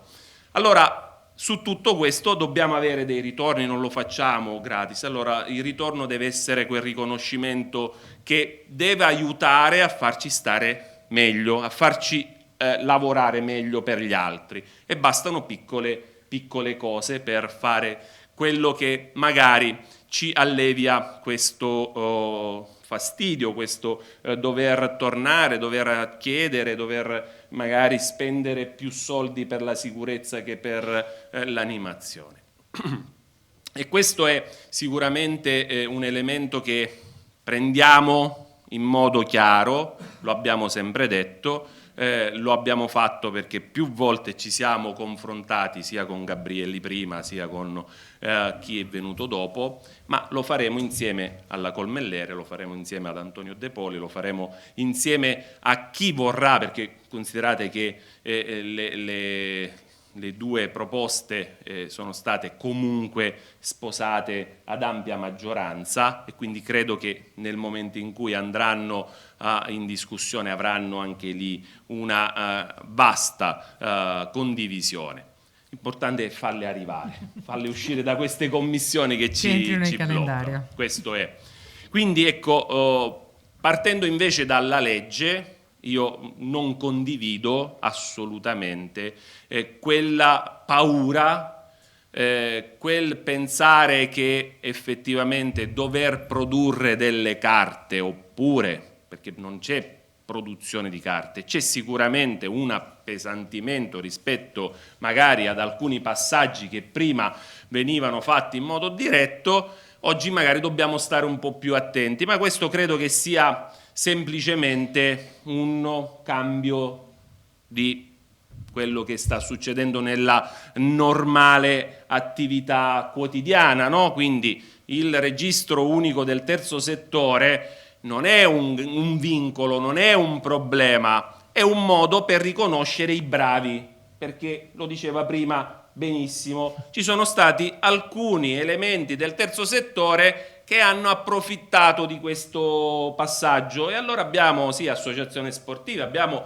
palestre e piscine che fatturano, insomma, che hanno milioni di euro poi di fatturato, o di fatturato in forma associativa, perché tu vai nella palestra e paghi una quota associativa, vai nella piscina e paghi una quota associativa, benissimo, ma non stai facendo sicuramente un'attività di volontariato, quindi andiamola a codificare in modo differente. Allora il registro unico serve per riconoscere, e il registro camerale, se vogliamo essere così, delle imprese sociali, insomma di chi opera nel sociale, quindi di tutto il volontariato, che diventerà pubblico, perché dal mese di settembre o giugno, non ricordo bene adesso qui la mappa delle varie pubblicazioni che hanno messo Unioncamere per la messa pubblica, ma chi vorrà avere a che fare con una realtà del terzo settore la può andare a cercare e riconosce cosa fa, chi è e come opera,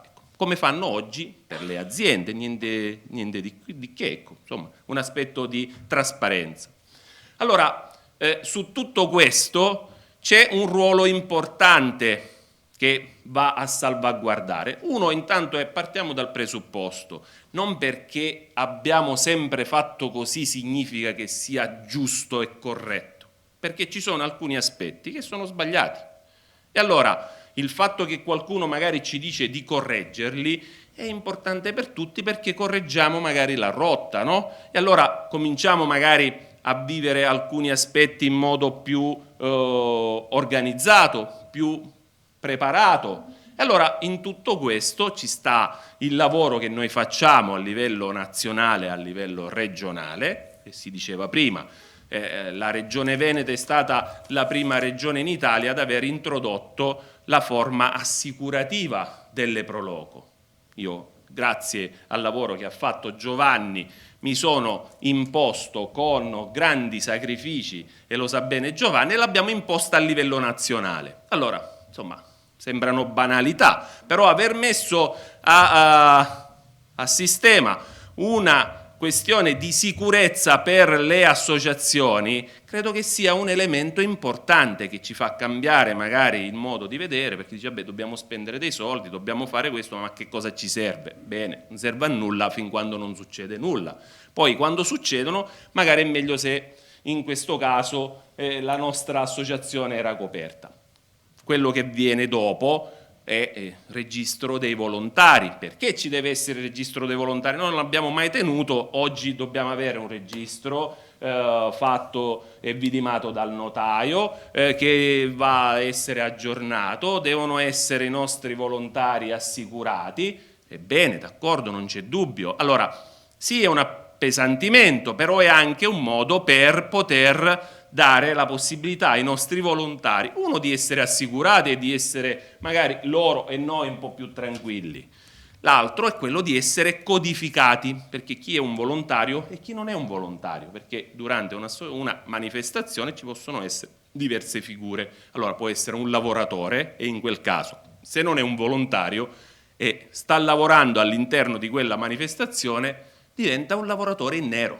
È chiaro che noi dobbiamo magari dare le giuste indicazioni, non possiamo essere, sì, associazione, ma non possiamo essere contro le leggi, no? E allora quello ci dice, vabbè, noi abbiamo 100 volontari che operano, perché ci sono realtà con 100 volontari, con 150 volontari che animano quella collettività, e allora vengono codificati.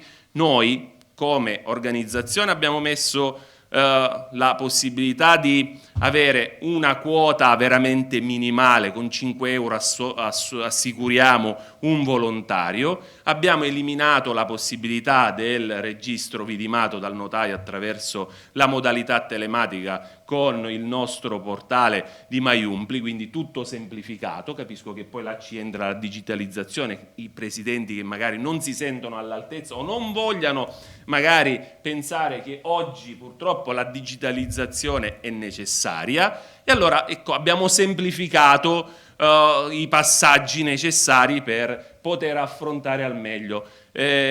Cerco di stringere, anche se vorrei toccare un po' tutte. Tra l'altro io ringrazio Adriana per la sua pazienza nei miei confronti, perché mi ha dovuto inseguire per un po', poi abbiamo in qualche modo fatto, mi ha chiesto anche di fare le conclusioni, quindi faccio un doppio intervento, quindi chiedo se non vi sto annoiando, se vi annoio me lo dite che chiudo, ma comunque insomma cerco di stare con i tempi.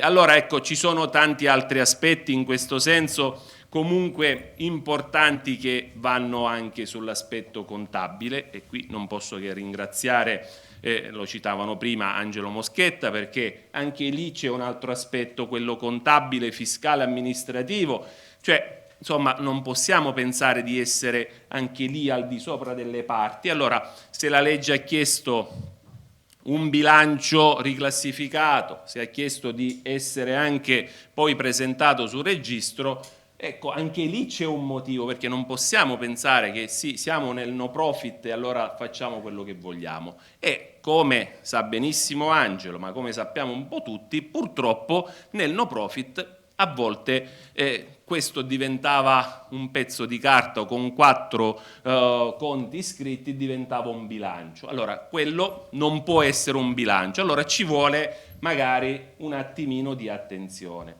E per questo noi abbiamo dei nostri professionisti che lavorano appunto per semplificare. Abbiamo messo a disposizione una rete di consulenti per spiegare come funzionano gli aspetti normativi, fiscali, eccetera, eccetera. Abbiamo dato gli strumenti, perché attraverso sempre il nostro portale abbiamo un programma di contabilità a disposizione che fa contabilità e bilancio, e lo fa per le associazioni che non hanno partita IVA e per chi ha una attività sia semplificata che ordinaria, quindi per tutti, grazie anche alla formazione che faremo sia su come operare sia su tutto il resto, avremo le possibilità, ecco, di stare vicino a tutti. Quindi tutto questo, mi sono allungato un pochettino tanto, cosa voglio dire? I problemi ci sono e li abbiamo visti, sono stati tutti codificati, però dall'altro lato c'è una rete nazionale, Unione Nazionale Pro Loco d'Italia, c'è il forum del terzo settore, c'è un po' tutto il mondo che assiste a questo mondo che è il nostro dell'associazionismo. Allora, noi siamo intanto tra le prime 32 reti riconosciute dal Ministero del Lavoro. Abbiamo iniziato, lo diceva bene Giovanni, siamo stati tra i primi enti nazionali ad aver avuto modificato statuto e tutte le procedure. Abbiamo attivato quello per il nazionale, per i regionali, abbiamo attivato tutta la procedura per le proloco, abbiamo dato uno statuto adeguato, pronto per essere approvato e trasmesso al registro unico, quindi già da domani mattina, anzi da quasi ormai un mese, siete pronti per essere trasmigrati definitivamente, quindi iscritti nel registro unico, chi si deve iscrivere pronti per l'iscrizione senza nessun problema. Noi stiamo entrando dalla porta principale, i benefici qualcosa si è visto, ma lo vedrete man mano che poi si chiuderanno le porte per chi sta fuori dal registro, perché chi vuole operare nel terzo settore lo può fare sia dall'interno del registro sia fuori dal registro. Mi bacchette se devo chiudere poi, però ecco, chi deve operare con le pubbliche amministrazioni, con le manifestazioni, con tutto il resto, ecco, non può stare fuori dal registro. Quando ci troveremo le porte chiuse, se vogliamo un contributo da una pubblica amministrazione, se vogliamo gestire un locale, se vogliamo gestire un museo, allora lì ci renderemo conto che dobbiamo essere in regola. Questo non significa, ripeto, cambiare la nostra vita, significa semplicemente mettersi in regola con quello che sta in modo correttamente facendo lo Stato. E attenzione, perché la riforma, che ha alla base un elemento fondamentale, ha riconosciuto ufficialmente il no profit, perché è la prima legge di sistema sul no profit.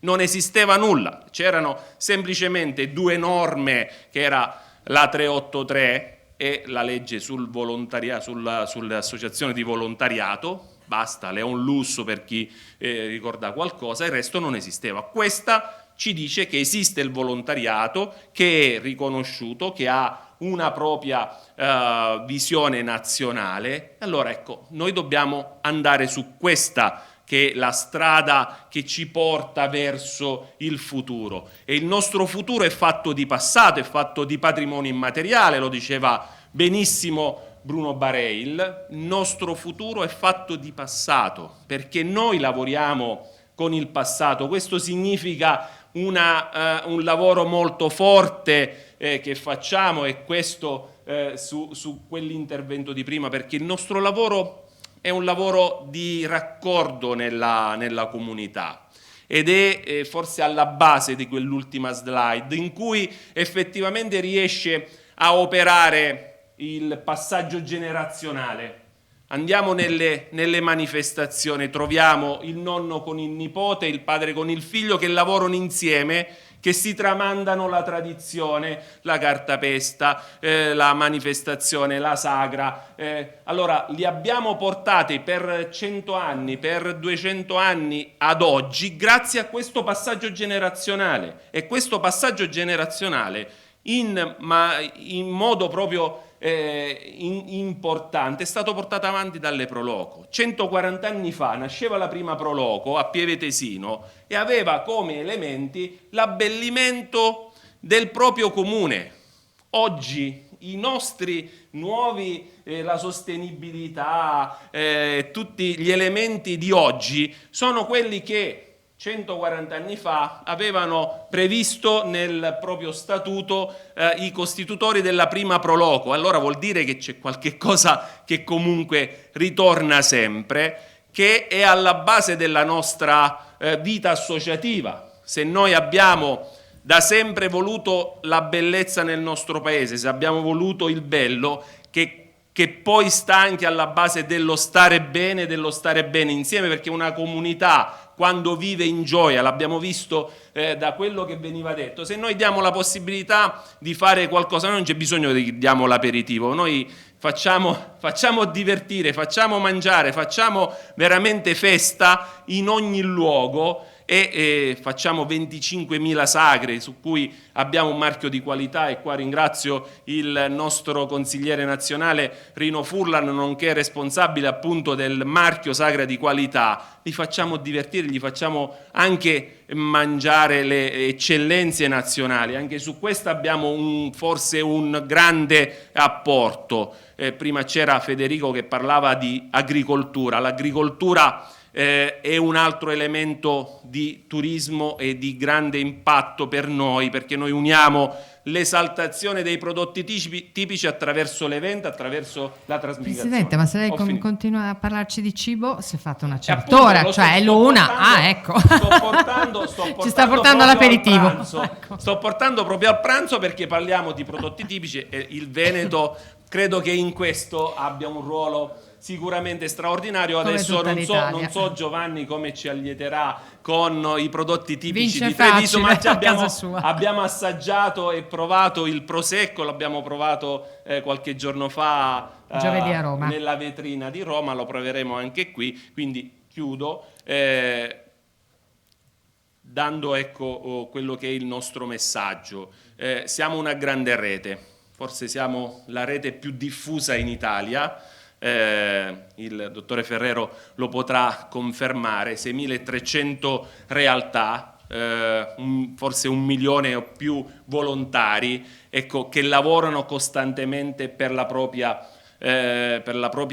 realtà, che lavorano per esaltare il patrimonio immateriale, per esaltare il patrimonio materiale, per esaltare quello che sono le tradizioni, la vita e la propria convivialità. Allora, questo è quello che secondo me sta alla base della nostra grande famiglia, e credo che grazie anche a questo momento di approfondimento possa essere utile a farci andare avanti, a farci crescere e a farci affrontare ancora meglio il futuro. Grazie. Grazie al Presidente Nino Laspina. Scusate e anche per la simpatia con la quale al termine abbiamo dialogato. Abbiamo concluso.